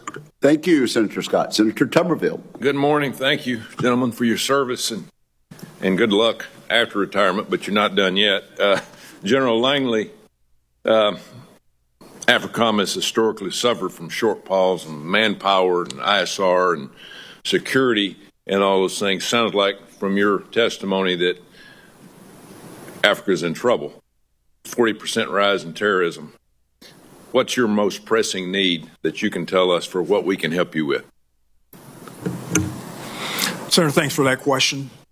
My number one operational priority is protection of the force. And so as I stipulated in my opening statement, I focused on matching capabilities to the threat. When we match capabilities to the threat, it first calls for integrated air missile defense, and it calls for ISR. And other platforms would add to the capacity and capability of protecting the force. In closed session, I would be able to elaborate with more specificity, but all combatant commanders always ask for those aforementioned type platforms. Yeah, thank you. General Cavoli, how much closer today is Ukraine from this time last year winning this war against Russia? They're in a much better position not to lose it, Senator Tuberville. They have shored up their defenses. They've assumed very strong defenses, and they've improved their force generation capability. So they are in a much better position than they were. Depending on what the objective is, of course, which has always been the question in this chamber as well as others, it would be hard for them to accomplish some things, but they're doing a good job of what they're trying to do now, which is hold their line. But they're trying to win, right? They're trying to win. They want to start by making sure Russia doesn't win. Yeah. Status of the F-16s that we've sent? I know it's not classified because Russia obviously knows what's happened to them. No, there are a number of F-16s in there. There are a number of pilots in there. There are more F-16s prepared to be deployed in there. There are more pilots in the training pipeline, sir. I can give you the numbers in closed session. They are active. The planes are active, and they fly every day. They've defeated a large number of cruise missile threats, and they've delivered an awful lot of offensive attacks as well, specifically bombing attacks in the east.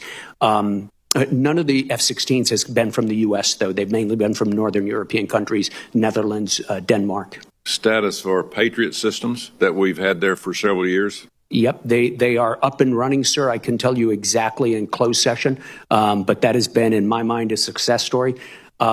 Frankly, I was just a little bit dubious in the beginning. It's a complicated system. We train guys for a long, long time to be able to operate it. The Ukrainians put their best people against it and took to it like a fish to water. And in fact, we learned from some of their employment techniques right now.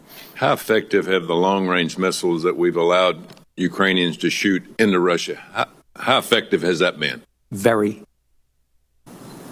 In all areas? Yeah, they've been extremely effective, sir. I could go into this in private session, but the United States makes some very good weaponry, and it's the ones we've donated have been very, very effective. In closed session, I'd be happy to talk to you about a few of the things they've done with it. So, where do you think what's the status of Kursk as we speak today?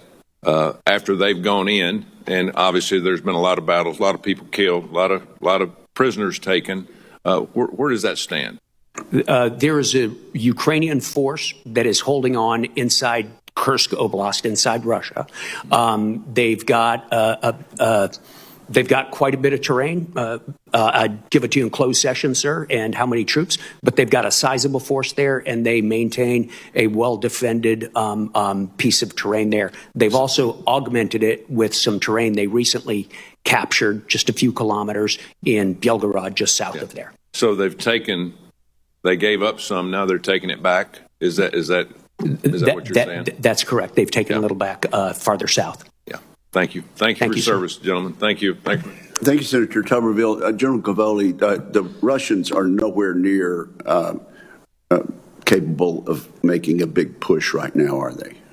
That is my assessment, Chairman. Okay, and who are the what nationality are the pilots of those F-16s? They're Ukrainian. Okay, and where were they trained? They were trained in a variety of places, some in Romania, some in the Netherlands, some in Arizona. Thank you very much. I think we have Senator Slotkin now. Thank you, Chairman. Generals, thank you for being here and for your really significant service to the country. We appreciate you. I'm sure you're not crying any tears that this may be your last hearing in front of this committee, but we're happy to have you. And General Cavoli, I can't think of a general more associated with Americans' response to the invasion of Ukraine than you, given the role as SACEUR that you've been playing for these last number of years. Just to establish a baseline, you said at the Aspen Security Forum that supporting Ukraine is vital for American security. Can you confirm that you still believe that that is correct? I do believe that, yes, ma'am. And you also said that Russia was, no matter what, no matter how this war concludes, was still going to be a big problem. Do you believe that after Russia invaded Georgia, then Crimea, then eastern Ukraine, that if some sort of deal was reached with Vladimir Putin, especially one that advantaged him, that he'd be done with invading neighboring countries, that he would be done with adventurism in Europe? I do not, ma'am.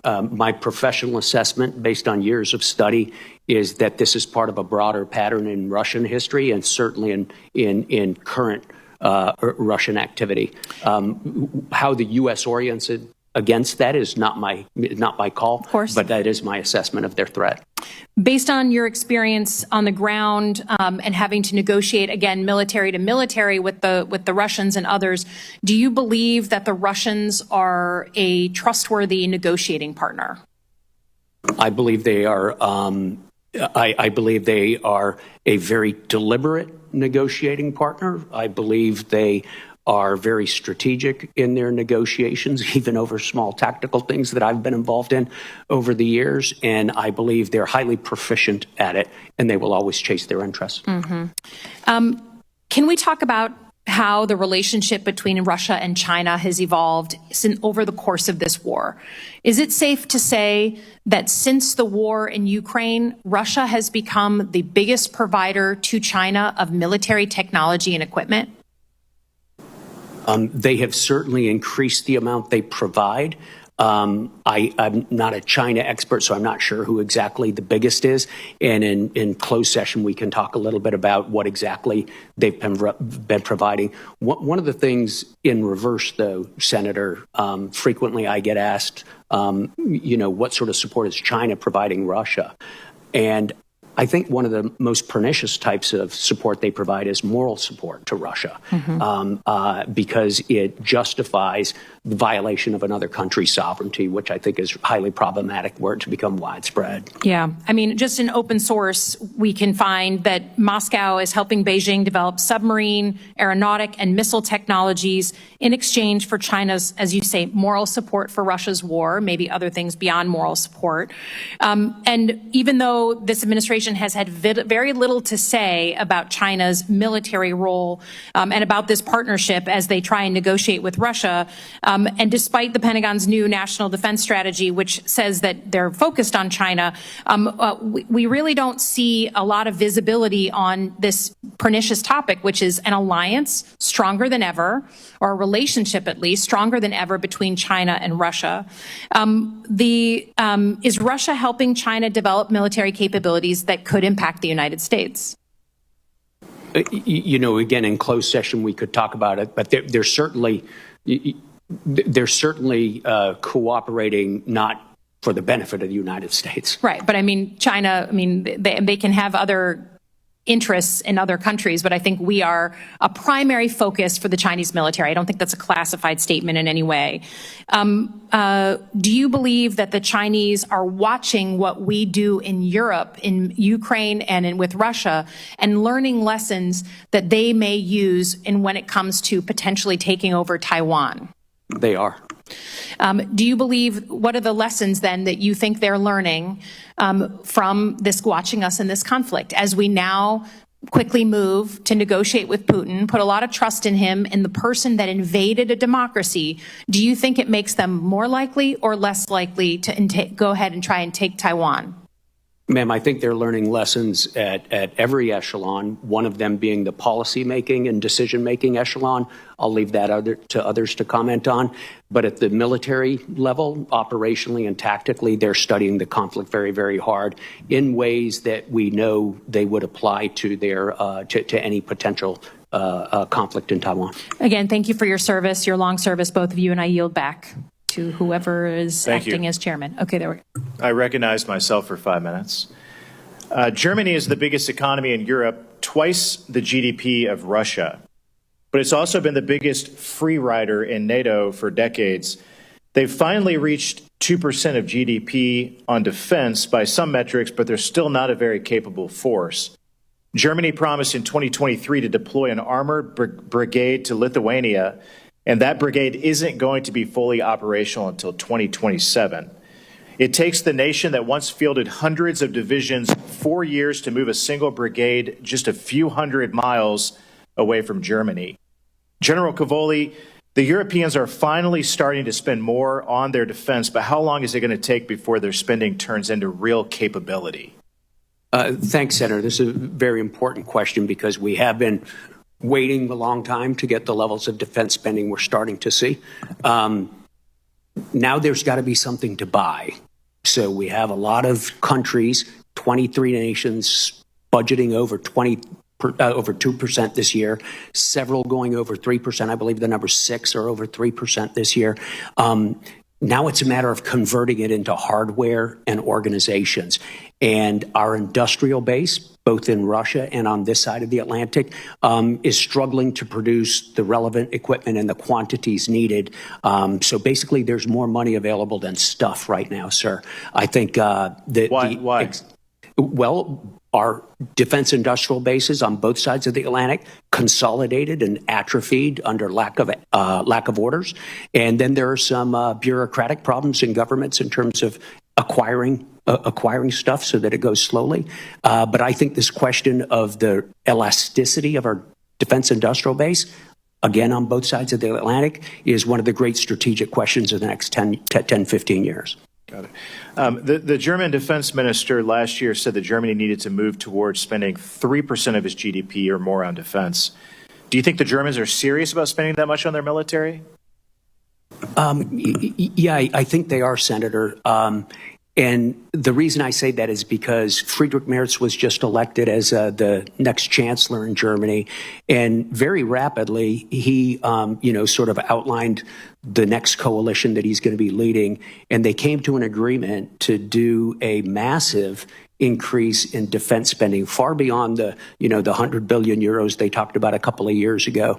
And the way they got there was by releasing the so-called debt brake that prevented Germany from assuming deficit spending. So they have exempted defense spending from the debt brake. This is an historic breakthrough for them, and it is the thing that's going to allow them to apply their rather prodigious economic resources to defense. They have a very strong plan to modernize and to expand. It's exactly in accordance with what I need as the Supreme Allied Commander, and I'm very eager to see this coalition. Feel like they're collaborating with you on that plan? Absolutely, sir. Good. How much would it strengthen your hand if all of our NATO allies increase their spending on defense up to 3%? Sir, I don't think you've ever met a general who wants less defense spending among the force providers. It would help a great deal. But it would strengthen your hand. It would help. Absolutely, and we're eager to see it come to pass, and we're especially eager to see it turn into real capability, which is going to require some improvements in our industrial capacity. It's clear that the United States should redeploy more of its units in Europe to the Pacific. But I also want to make sure that we do that in the right way. General, what U.S. capabilities are our European allies least capable of replacing right now? Yeah, they're least capable of replacing high-end air and missile defense on a large basis. They depend on us for significant intelligence collection, processing, exploitation, and dissemination. They depend on us for deep, long-range fires. They depend on us for aerial command and control for large-scale campaigns. They depend on us for the backbone of certain parts of command and control. Those are really the key things. There are a few things else that I'd like to go into closed session, sir. What capabilities can our European allies where are they most prepared to take over from us? Well, right now they do a variety of things without us, right? So today I believe it's 17 or 20 European ships, NATO ships turned over to my command as SACEUR. Normally, military forces are held by the nations, and then they turn it over to me for particular operations. I have 0 U.S. ships working for me as SACEUR right now. I have only 40 individual human beings, Marines, who are participating in the operation to monitor the Baltic Sea. We call it Baltic Sentry. Everything is being done by our European allies in those cases. So they have a variety of things they can do for us in any one of those areas. One of the most important things they do provide is intelligence. While we have exquisite capability to collect, they have very deep understanding of their regions, and they have some capabilities that we struggle to match in that regard. And those intel sharing relationships, sir, are based on a broader relationship that we cultivate very carefully. Thank you. Thank you, Senator Peters. Thank you, and I want to thank both of you for being here today. And certainly I've appreciated your participation in these hearings over the years, and thank you for your service. General Cavoli, I want to begin by expressing my deepest respect for the soldiers that were lost in Lithuania last week. One of those soldiers that was lost was from my state of Michigan. And I just want folks to know that their service and their sacrifice will never be forgotten.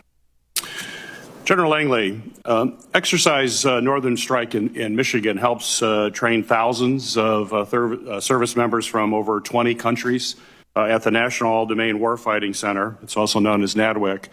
It's composed of Camp Grayling Training Center and over 17,000 square miles of special use military airspace at the Alpena Training Center. NADWIC provides realistic joint force training with our global allies and our partners. In fact, Liberia has been a part of this exercise for the past several years. My question for you is, what role do exercises like Northern Strike play in advancing AFRICOM's strategic goals on the continent? Senator, thanks for that question. Our joint exercise program is indicative of the influence that we have, positive influence in building institutional capacity with our African partners. And then the whole portfolio, and then the exercise that you mentioned as well, adds to their institutional capacity. That's why we're the preferred partner. As we go forward and they address their challenges in building security cooperation or the ability to address the multiple layered threats that these countries face, they choose the United States. I know that the Chinese Communist Party and even the Russian Federation are through their throes of efforts of trying to replicate it, but they always come back to the United States to be the preferred partner for building institutional capacity. So for the exercise there and what Liberia does, they chose right. Well, that's good. And I want to kind of pick up on that as in terms of the competition we have with both Russia and the CCP and their influence operations in Africa. As you know, China employs strategic narratives to justify and enhance their presence in sub-Saharan Africa. Through partnerships with African journalist training programs, the CCP integrates its perspective into local media. It directly engages in more than 60 African political parties. But their most influential impact, I think you would agree, has been the Belt and Road Initiative, which has significantly impacted Africa's economic landscape through substantial investments, particularly infrastructure investments. In 2023, African countries experienced a 47% increase in Chinese construction contracts and a 114% surge in investments compared to the previous year, which totals about $21.7 billion, a substantial amount. So my question for you, sir, is can you expand upon the going presence that China has in Africa politically, economically, and militarily, and how that is a threat to our very important strategic interests on the continent? Yes, Senator, thanks for that question. China's trying to set the globe now. They want to be the global hegemon now. Chairman Xi has put out a 2049 plan, but they want to get there earlier. So therein lies the importance that we engage and show assurance actions, but we just can't just harbor the facts. We harbor the facts, but we don't own the narrative. That's being drowned out by the CCP and their campaign plans to be able to influence civil society, influence the militaries. They can't replicate what we do, whether it be their trying to copy what we're doing in our IMET or our international military education training. It doesn't compare. And we match our efforts, whether it's Title 22 funding or Title 10 funding, whether it be security, the State Partnership Program, or the SFABs, Security Force Assistance Brigades. They build institutional capacity like none other. Our African partners know that. So whatever is in the information space, we do need to meet it with a comparable narrative. Thanks, sir. Thank you. And once again, thank you to both of you for your service. Thank you. Thank you. I will call myself now. From Truman and Eisenhower through Reagan and Gates, U.S. leaders, no matter how committed NATO, have made some interesting comments I think are worth highlighting here. General Eisenhower, the Supreme Allied Commander, noted that if in 10 years, this is, by the way, in 1951, if in 10 years all American troops stationed in Europe for national defense purposes have not been returned to the United States, then this whole project will have failed. Dean Acheson, the Secretary of State, said the United States must lead, but it must not carry. President Kennedy said, we want to make sure that NATO is not a fair weather organization. The burden of freedom must be shared equally among its members. LBJ stated, LBJ had similar thoughts, and his administration demanded offset agreements from West Germany to cover the costs of U.S. troops there. President Nixon and Henry Kissinger. Nixon noted, the United States will participate in the defense and development of allies and friends, but America cannot and will not conceive all plans, design all programs, execute all decisions, and undertake all the defense of free nations of the world. Caspar Weinberger said, our European allies must recognize that security cannot be achieved by words alone. It must be backed by commitment and capability. Robert Gates, in his farewell speech to NATO, said there will be a dwindling appetite to expand increasingly precious funds on behalf of nations that are apparently unwilling to devote the necessary resources to be serious and capable partners in their own defense. Even Secretary Mattis said Americans cannot care more for your children's future security than you do. While some of my colleagues have been wringing their hands over the possibility that the United States might step away from its role as a supreme allied commander in Europe, I can tell you who isn't all that worried about it. It's the American people. Quite frankly, they probably thought that ended when Dwight D. Eisenhower was no longer the supreme allied commander. And speaking of General Eisenhower, I read that quote. If in 10 years all American troops in Europe for military purposes have not returned to the United States, then this whole project will have failed. That's 70 years ago, over 70 years ago. Time and time again, the United States is expected to shoulder Europe's defense while rich European countries sit back, issue statements, and undeliver. Some of my colleagues point out that since the war in Ukraine began, Europe has collectively spent as much as on European defense as the United States, as if that's some great triumph. To me, it just shows how upside down this whole arrangement is. How is it even remotely impressive that the nations defending their own continent are only barely keeping pace with the country across the Atlantic? If Europe really believes it's facing an existential threat from Russia, it should be spending not just as much as we have, but magnitudes more than we do. 10 times, 100 times. That's what a commitment would look like. And please stop telling me that comparing spending in Europe is even. That's laughably narrow. When you compare U.S. defense spending in Europe to Europe's, you ignore everything else America does worldwide, much of which directly benefits Europe. Who ensures freedom of navigation in the Red Sea when European trade flows there daily? We do. Who contains China's growing dominance across the Indo-Pacific, stabilizing global markets and maritime routes that Europe depends on? We do. Without U.S. global power projection, the European way of life wouldn't exist as we know it. And still, they won't even take primary responsibility for their own backyard. If Russia really is a continent-wide threat, as European leaders say, then where is the urgency?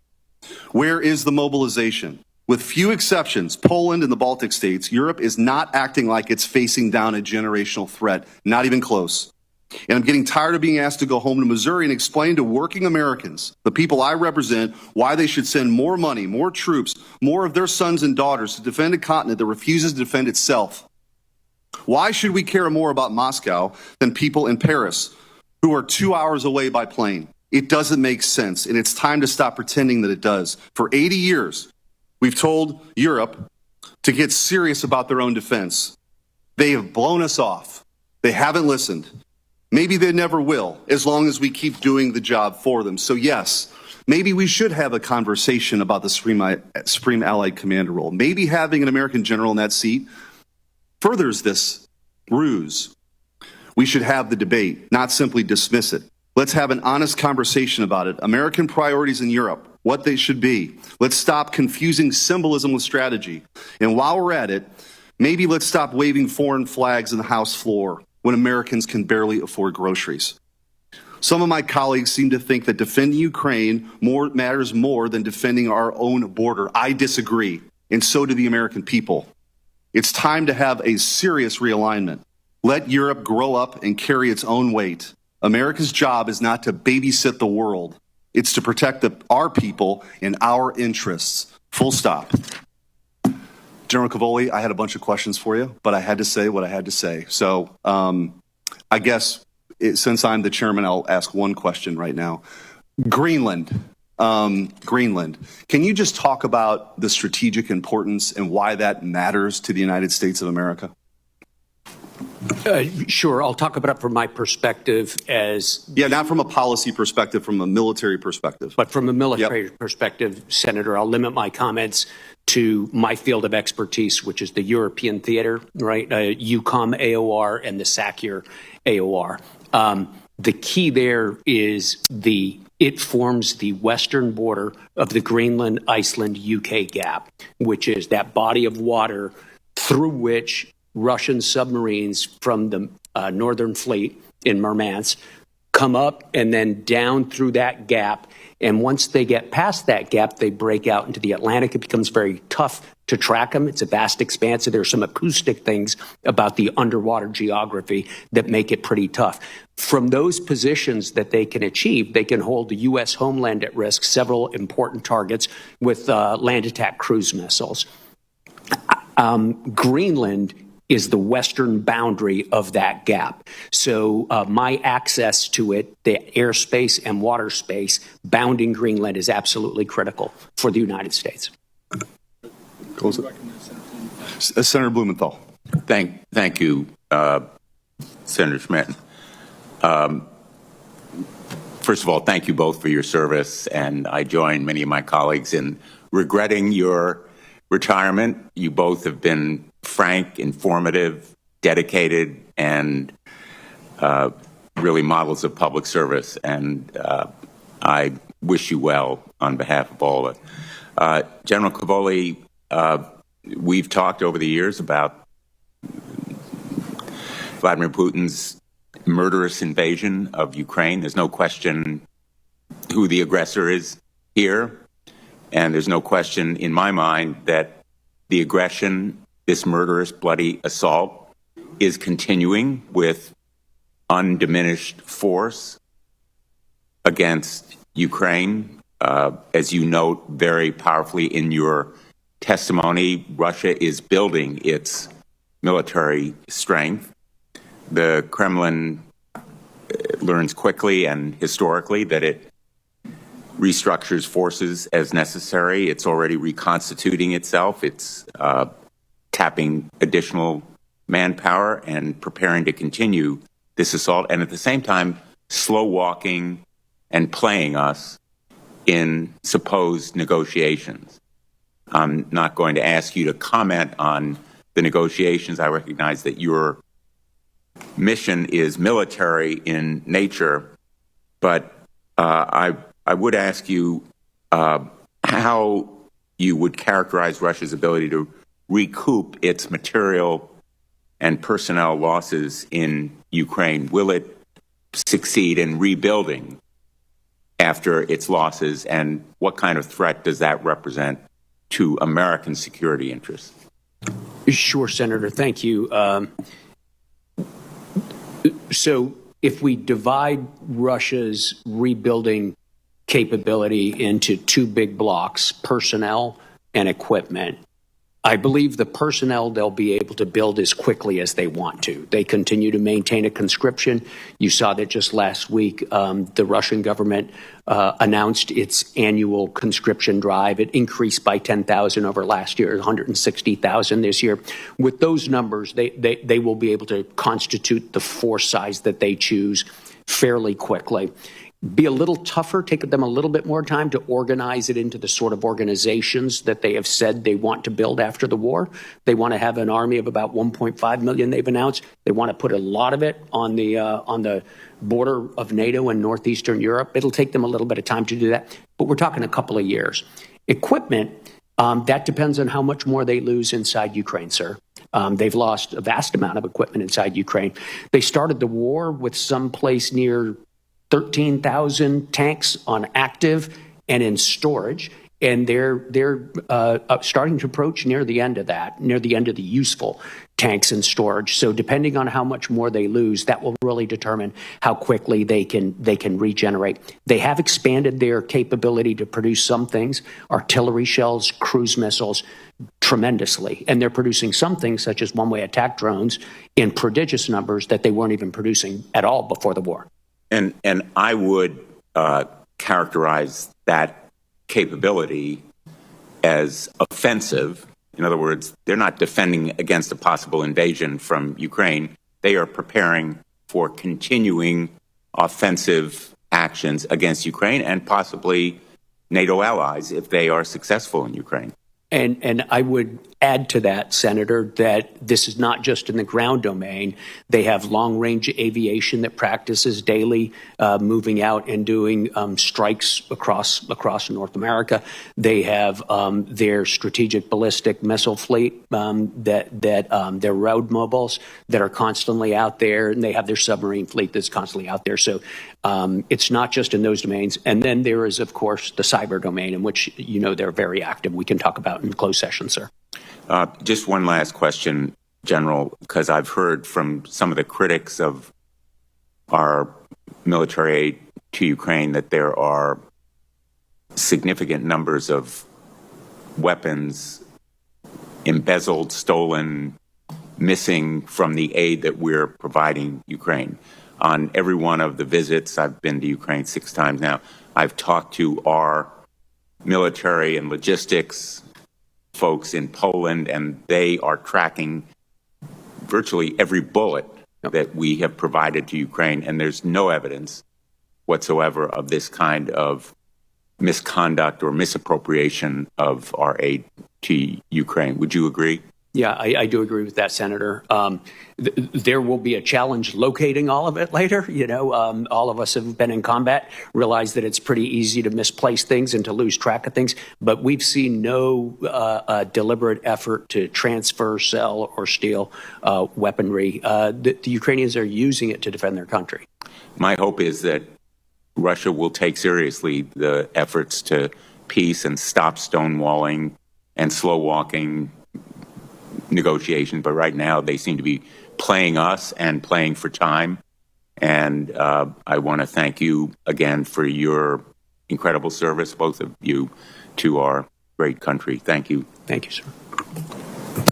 Thank you very much, Senator Blumenthal. General Langley, let me ask a few more questions here as we hopefully recess. Africa is a mineral resource-rich continent. Is that correct? Yes, Chairman. Okay, and you can leave the microphone on. Which are there success stories for the citizens of African countries when these larger, more prosperous nations or companies from more prosperous areas come in and exploit these minerals? What I'm asking is that does it ever redound to the benefit of the citizens there in Africa? Chairman, there's very few cases. When the Chinese Communist Party is outed on them pulling out raw materials, not benefiting the populations of the host country, they've been trying to come up with ways how they can stay there and process only at the protests of the people of these African countries that host these mineral resources. Okay. So is there any exception? Can you point to any success story where the people of one country or one or two countries have actually benefited substantially? Not on China's behalf. Not on China's behalf. Just what happened in Zambia when they had the spillage into the river that services 5 million people. There's just these mining concessions. It just doesn't turn out real well for the African countries. And do the countries that are receiving entreaties from the Belt and Road Initiative, are they more and more mindful of that now and therefore reluctant? Yes, and that's where we need to be able to do information operations to illuminate some of the irregularities and some of the malign type activities of the Chinese in African countries. Information and narratives are power then, aren't they? Absolutely. And as I said a few minutes ago, and I always will tout this, that we own the facts. We own the facts. We know exactly what the Chinese Communist Party is doing, and to some degree what the Russian Federation is doing in their propaganda operations. But we don't own the narrative. Both of them own the narrative. We sure don't. One more thing for you, General Langley. The approach that we have had with USAID and the other things like the President's Initiative on AIDS, how does our U.S. approach compare and contrast to the approach of Russia in Africa and also Communist China in Africa? Oh, Chairman, we've always had the lead.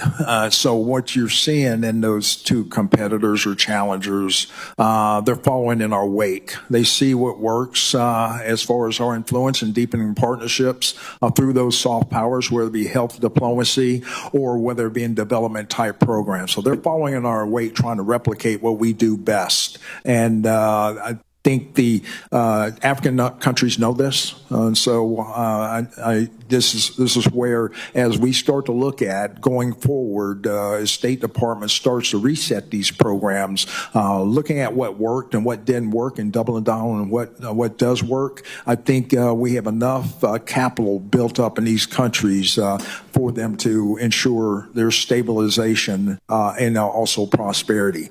The other two competitors are just trying to replicate what we do best. I can imagine a situation, though, in which the ruling elite of a country is receiving gratuities on the side that inure to the benefit of the strongman leader and not to the populace of the country. Does that sort of corruption and bribery go on with regard to the Belt and Road? Absolutely, Chairman. I see this, and I don't mind calling them out, but Captain and Burkina Faso, as they know that both, whether it's their gold reserves, that is all those proceeds are just in exchange to protect the junta regime. There's a number of examples across. Even in Sudan, what's going on with the rapid support forces and Burhan of the Sudan forces, when you get down to it, is all about the revenue that can be drawn out of that, and there are nefarious actors in the CCP and sometimes Russia are complicit in those activities. Okay, well, you can't imagine how frustrating it seems to me that this mineral-rich continent has not been able to move to a utilization of the resources to benefit the people there. After all this time, it's a puzzle that we haven't unwound. Let me see if I can move to General Cavoli, and then I hope we can leave. You're aware of various voices coming from inside government here in the United States, as well as in the media, that have spoken with approval about the Russian organized referendums in 2022 in so-called overwhelming Russian-speaking provinces. General Cavoli, tell us what you know and what you understand about the freedom of those organized referendums and the accuracy of them as a measure of public opinion. Sure, Mr. Chairman. I don't think I'm familiar with the voices in Washington that are talking about this, but I do remember them very well. They were referendums in Lugansk, Donetsk, Zaporizhia, and Kherson provinces. They were in September 2022. They were roundly condemned by nations throughout the world and by international organizations. The Organization for Security and Cooperation in Europe called them illegitimate. The United Nations called them illegal. I think the only country in the world that accepted the result of those referenda, other than Russia, was North Korea. So they have widely been considered not to be legitimate for a variety of reasons about the way they took place and taking place during a conflict by an occupying power. So if members of Congress want to be informed by what happened in these referenda, if our negotiators in this peace process want to be informed by these referenda, what lesson should we take from the legitimacy of those votes? Sir, I think that anybody who wants to know about it, it's pretty well established history. It's pretty easy to find. I could certainly help direct your colleagues or anybody you want to sources on it. What conclusions can we draw? We can draw the conclusion that, the Russian Federation was intent on absorbing those provinces and attempted to put a gloss of legitimacy over it by holding a referenda that had, results like 99% in favor. Rigged results, correct? That was the widespread conclusion at the time in 2022. Yes, sir. And also, since you are a student of the Russian language yourself, is the fact that the Russian language is spoken in part of Ukraine, is that demonstrative of their loyalty with regard to their nationality? Well, we see linguistic minorities in countries all over the world, sir.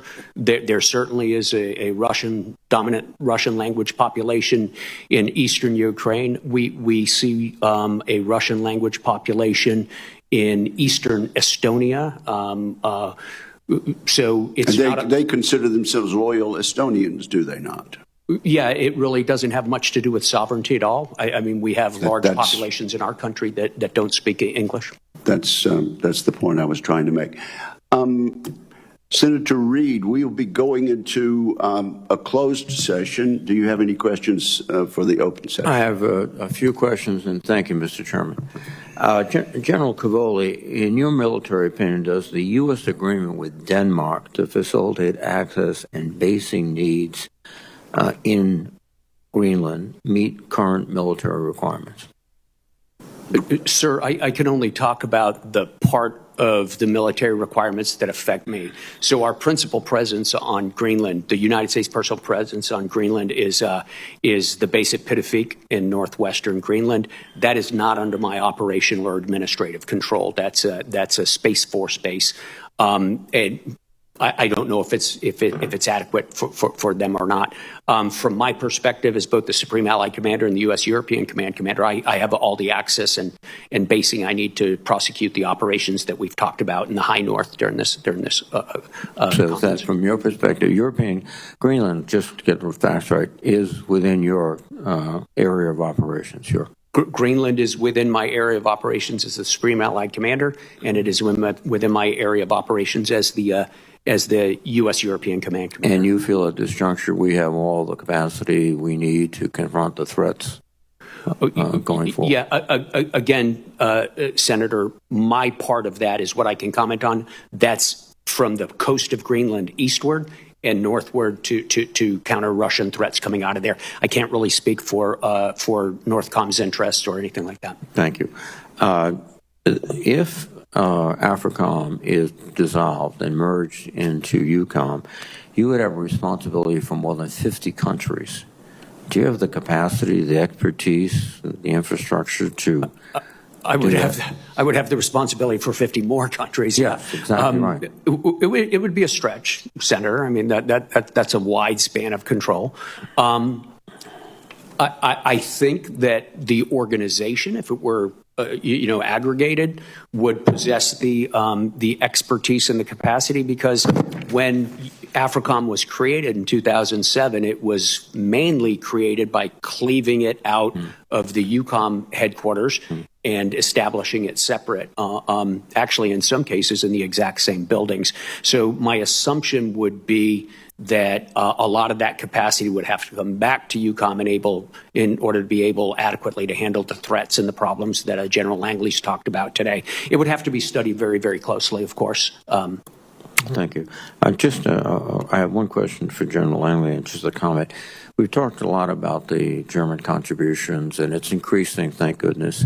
But I think we miss some of the history here. For many, many decades, Germany was divided. So that it's not the same country now that it was in the 1960s, et cetera, in terms of its economic capacity. And the second point that strikes me is that for many, many years after World War II, there was a great reluctance upon Germany, and indeed most other countries in the world, to see them create a powerful military force. We had seen that before, after World War I. And so I think that has to be factored into their reluctance to spend on defense. But now I think it's a turnaround, and they're putting a great deal of resources, as they should. Final question. General Langley, have you had specific comments from any of your counterparts about the withdrawal of USAID from Africa? Have they commented to you like, why are you doing this? Or Ranking Member, thanks for that question. I went to the Munich Security Conference about a month ago, or greater than a month ago, and After I got my direction from the Secretary of Defense, what my priorities were, especially counterterrorism and also to deter China and their military activities on the continent, it kind of refined my mission. Then I had to come up with my narrative to engage these countries, be very transparent and straight talk of that you were going through the pause and we're in a reflection period of assessing what has worked in the past and what's going to work in the future, and what's going in the future will be more targeted to what their needs are, but they also need to be able to build towards a sense of independent operations. I expressed this and talked to Cote d'Ivoire, their MOD, and even in Ghana, the new president-elect, President Mahama. They understood that and also carried on that narrative. They appreciated me being transparent. Carried on that narrative when I went to Morocco as well, when we delivered the helicopters, and they understand it. And so it's more of a burden-sharing type message, and also a regimented message of getting towards the host nation coming to the point of independent operations. Thank you, Mr. Chairman. And thank you, Mr. Ranking Member. This concludes the open portion of today's hearing. I'd like to thank our witnesses for their testimony. For the information of members and staff, questions for the record will be due to the committee within 2 business days of the conclusion of this hearing. We will commence the closed portion of this hearing in Senate security at the hour of 12:10, 10 minutes past noon, and until then we are recessed.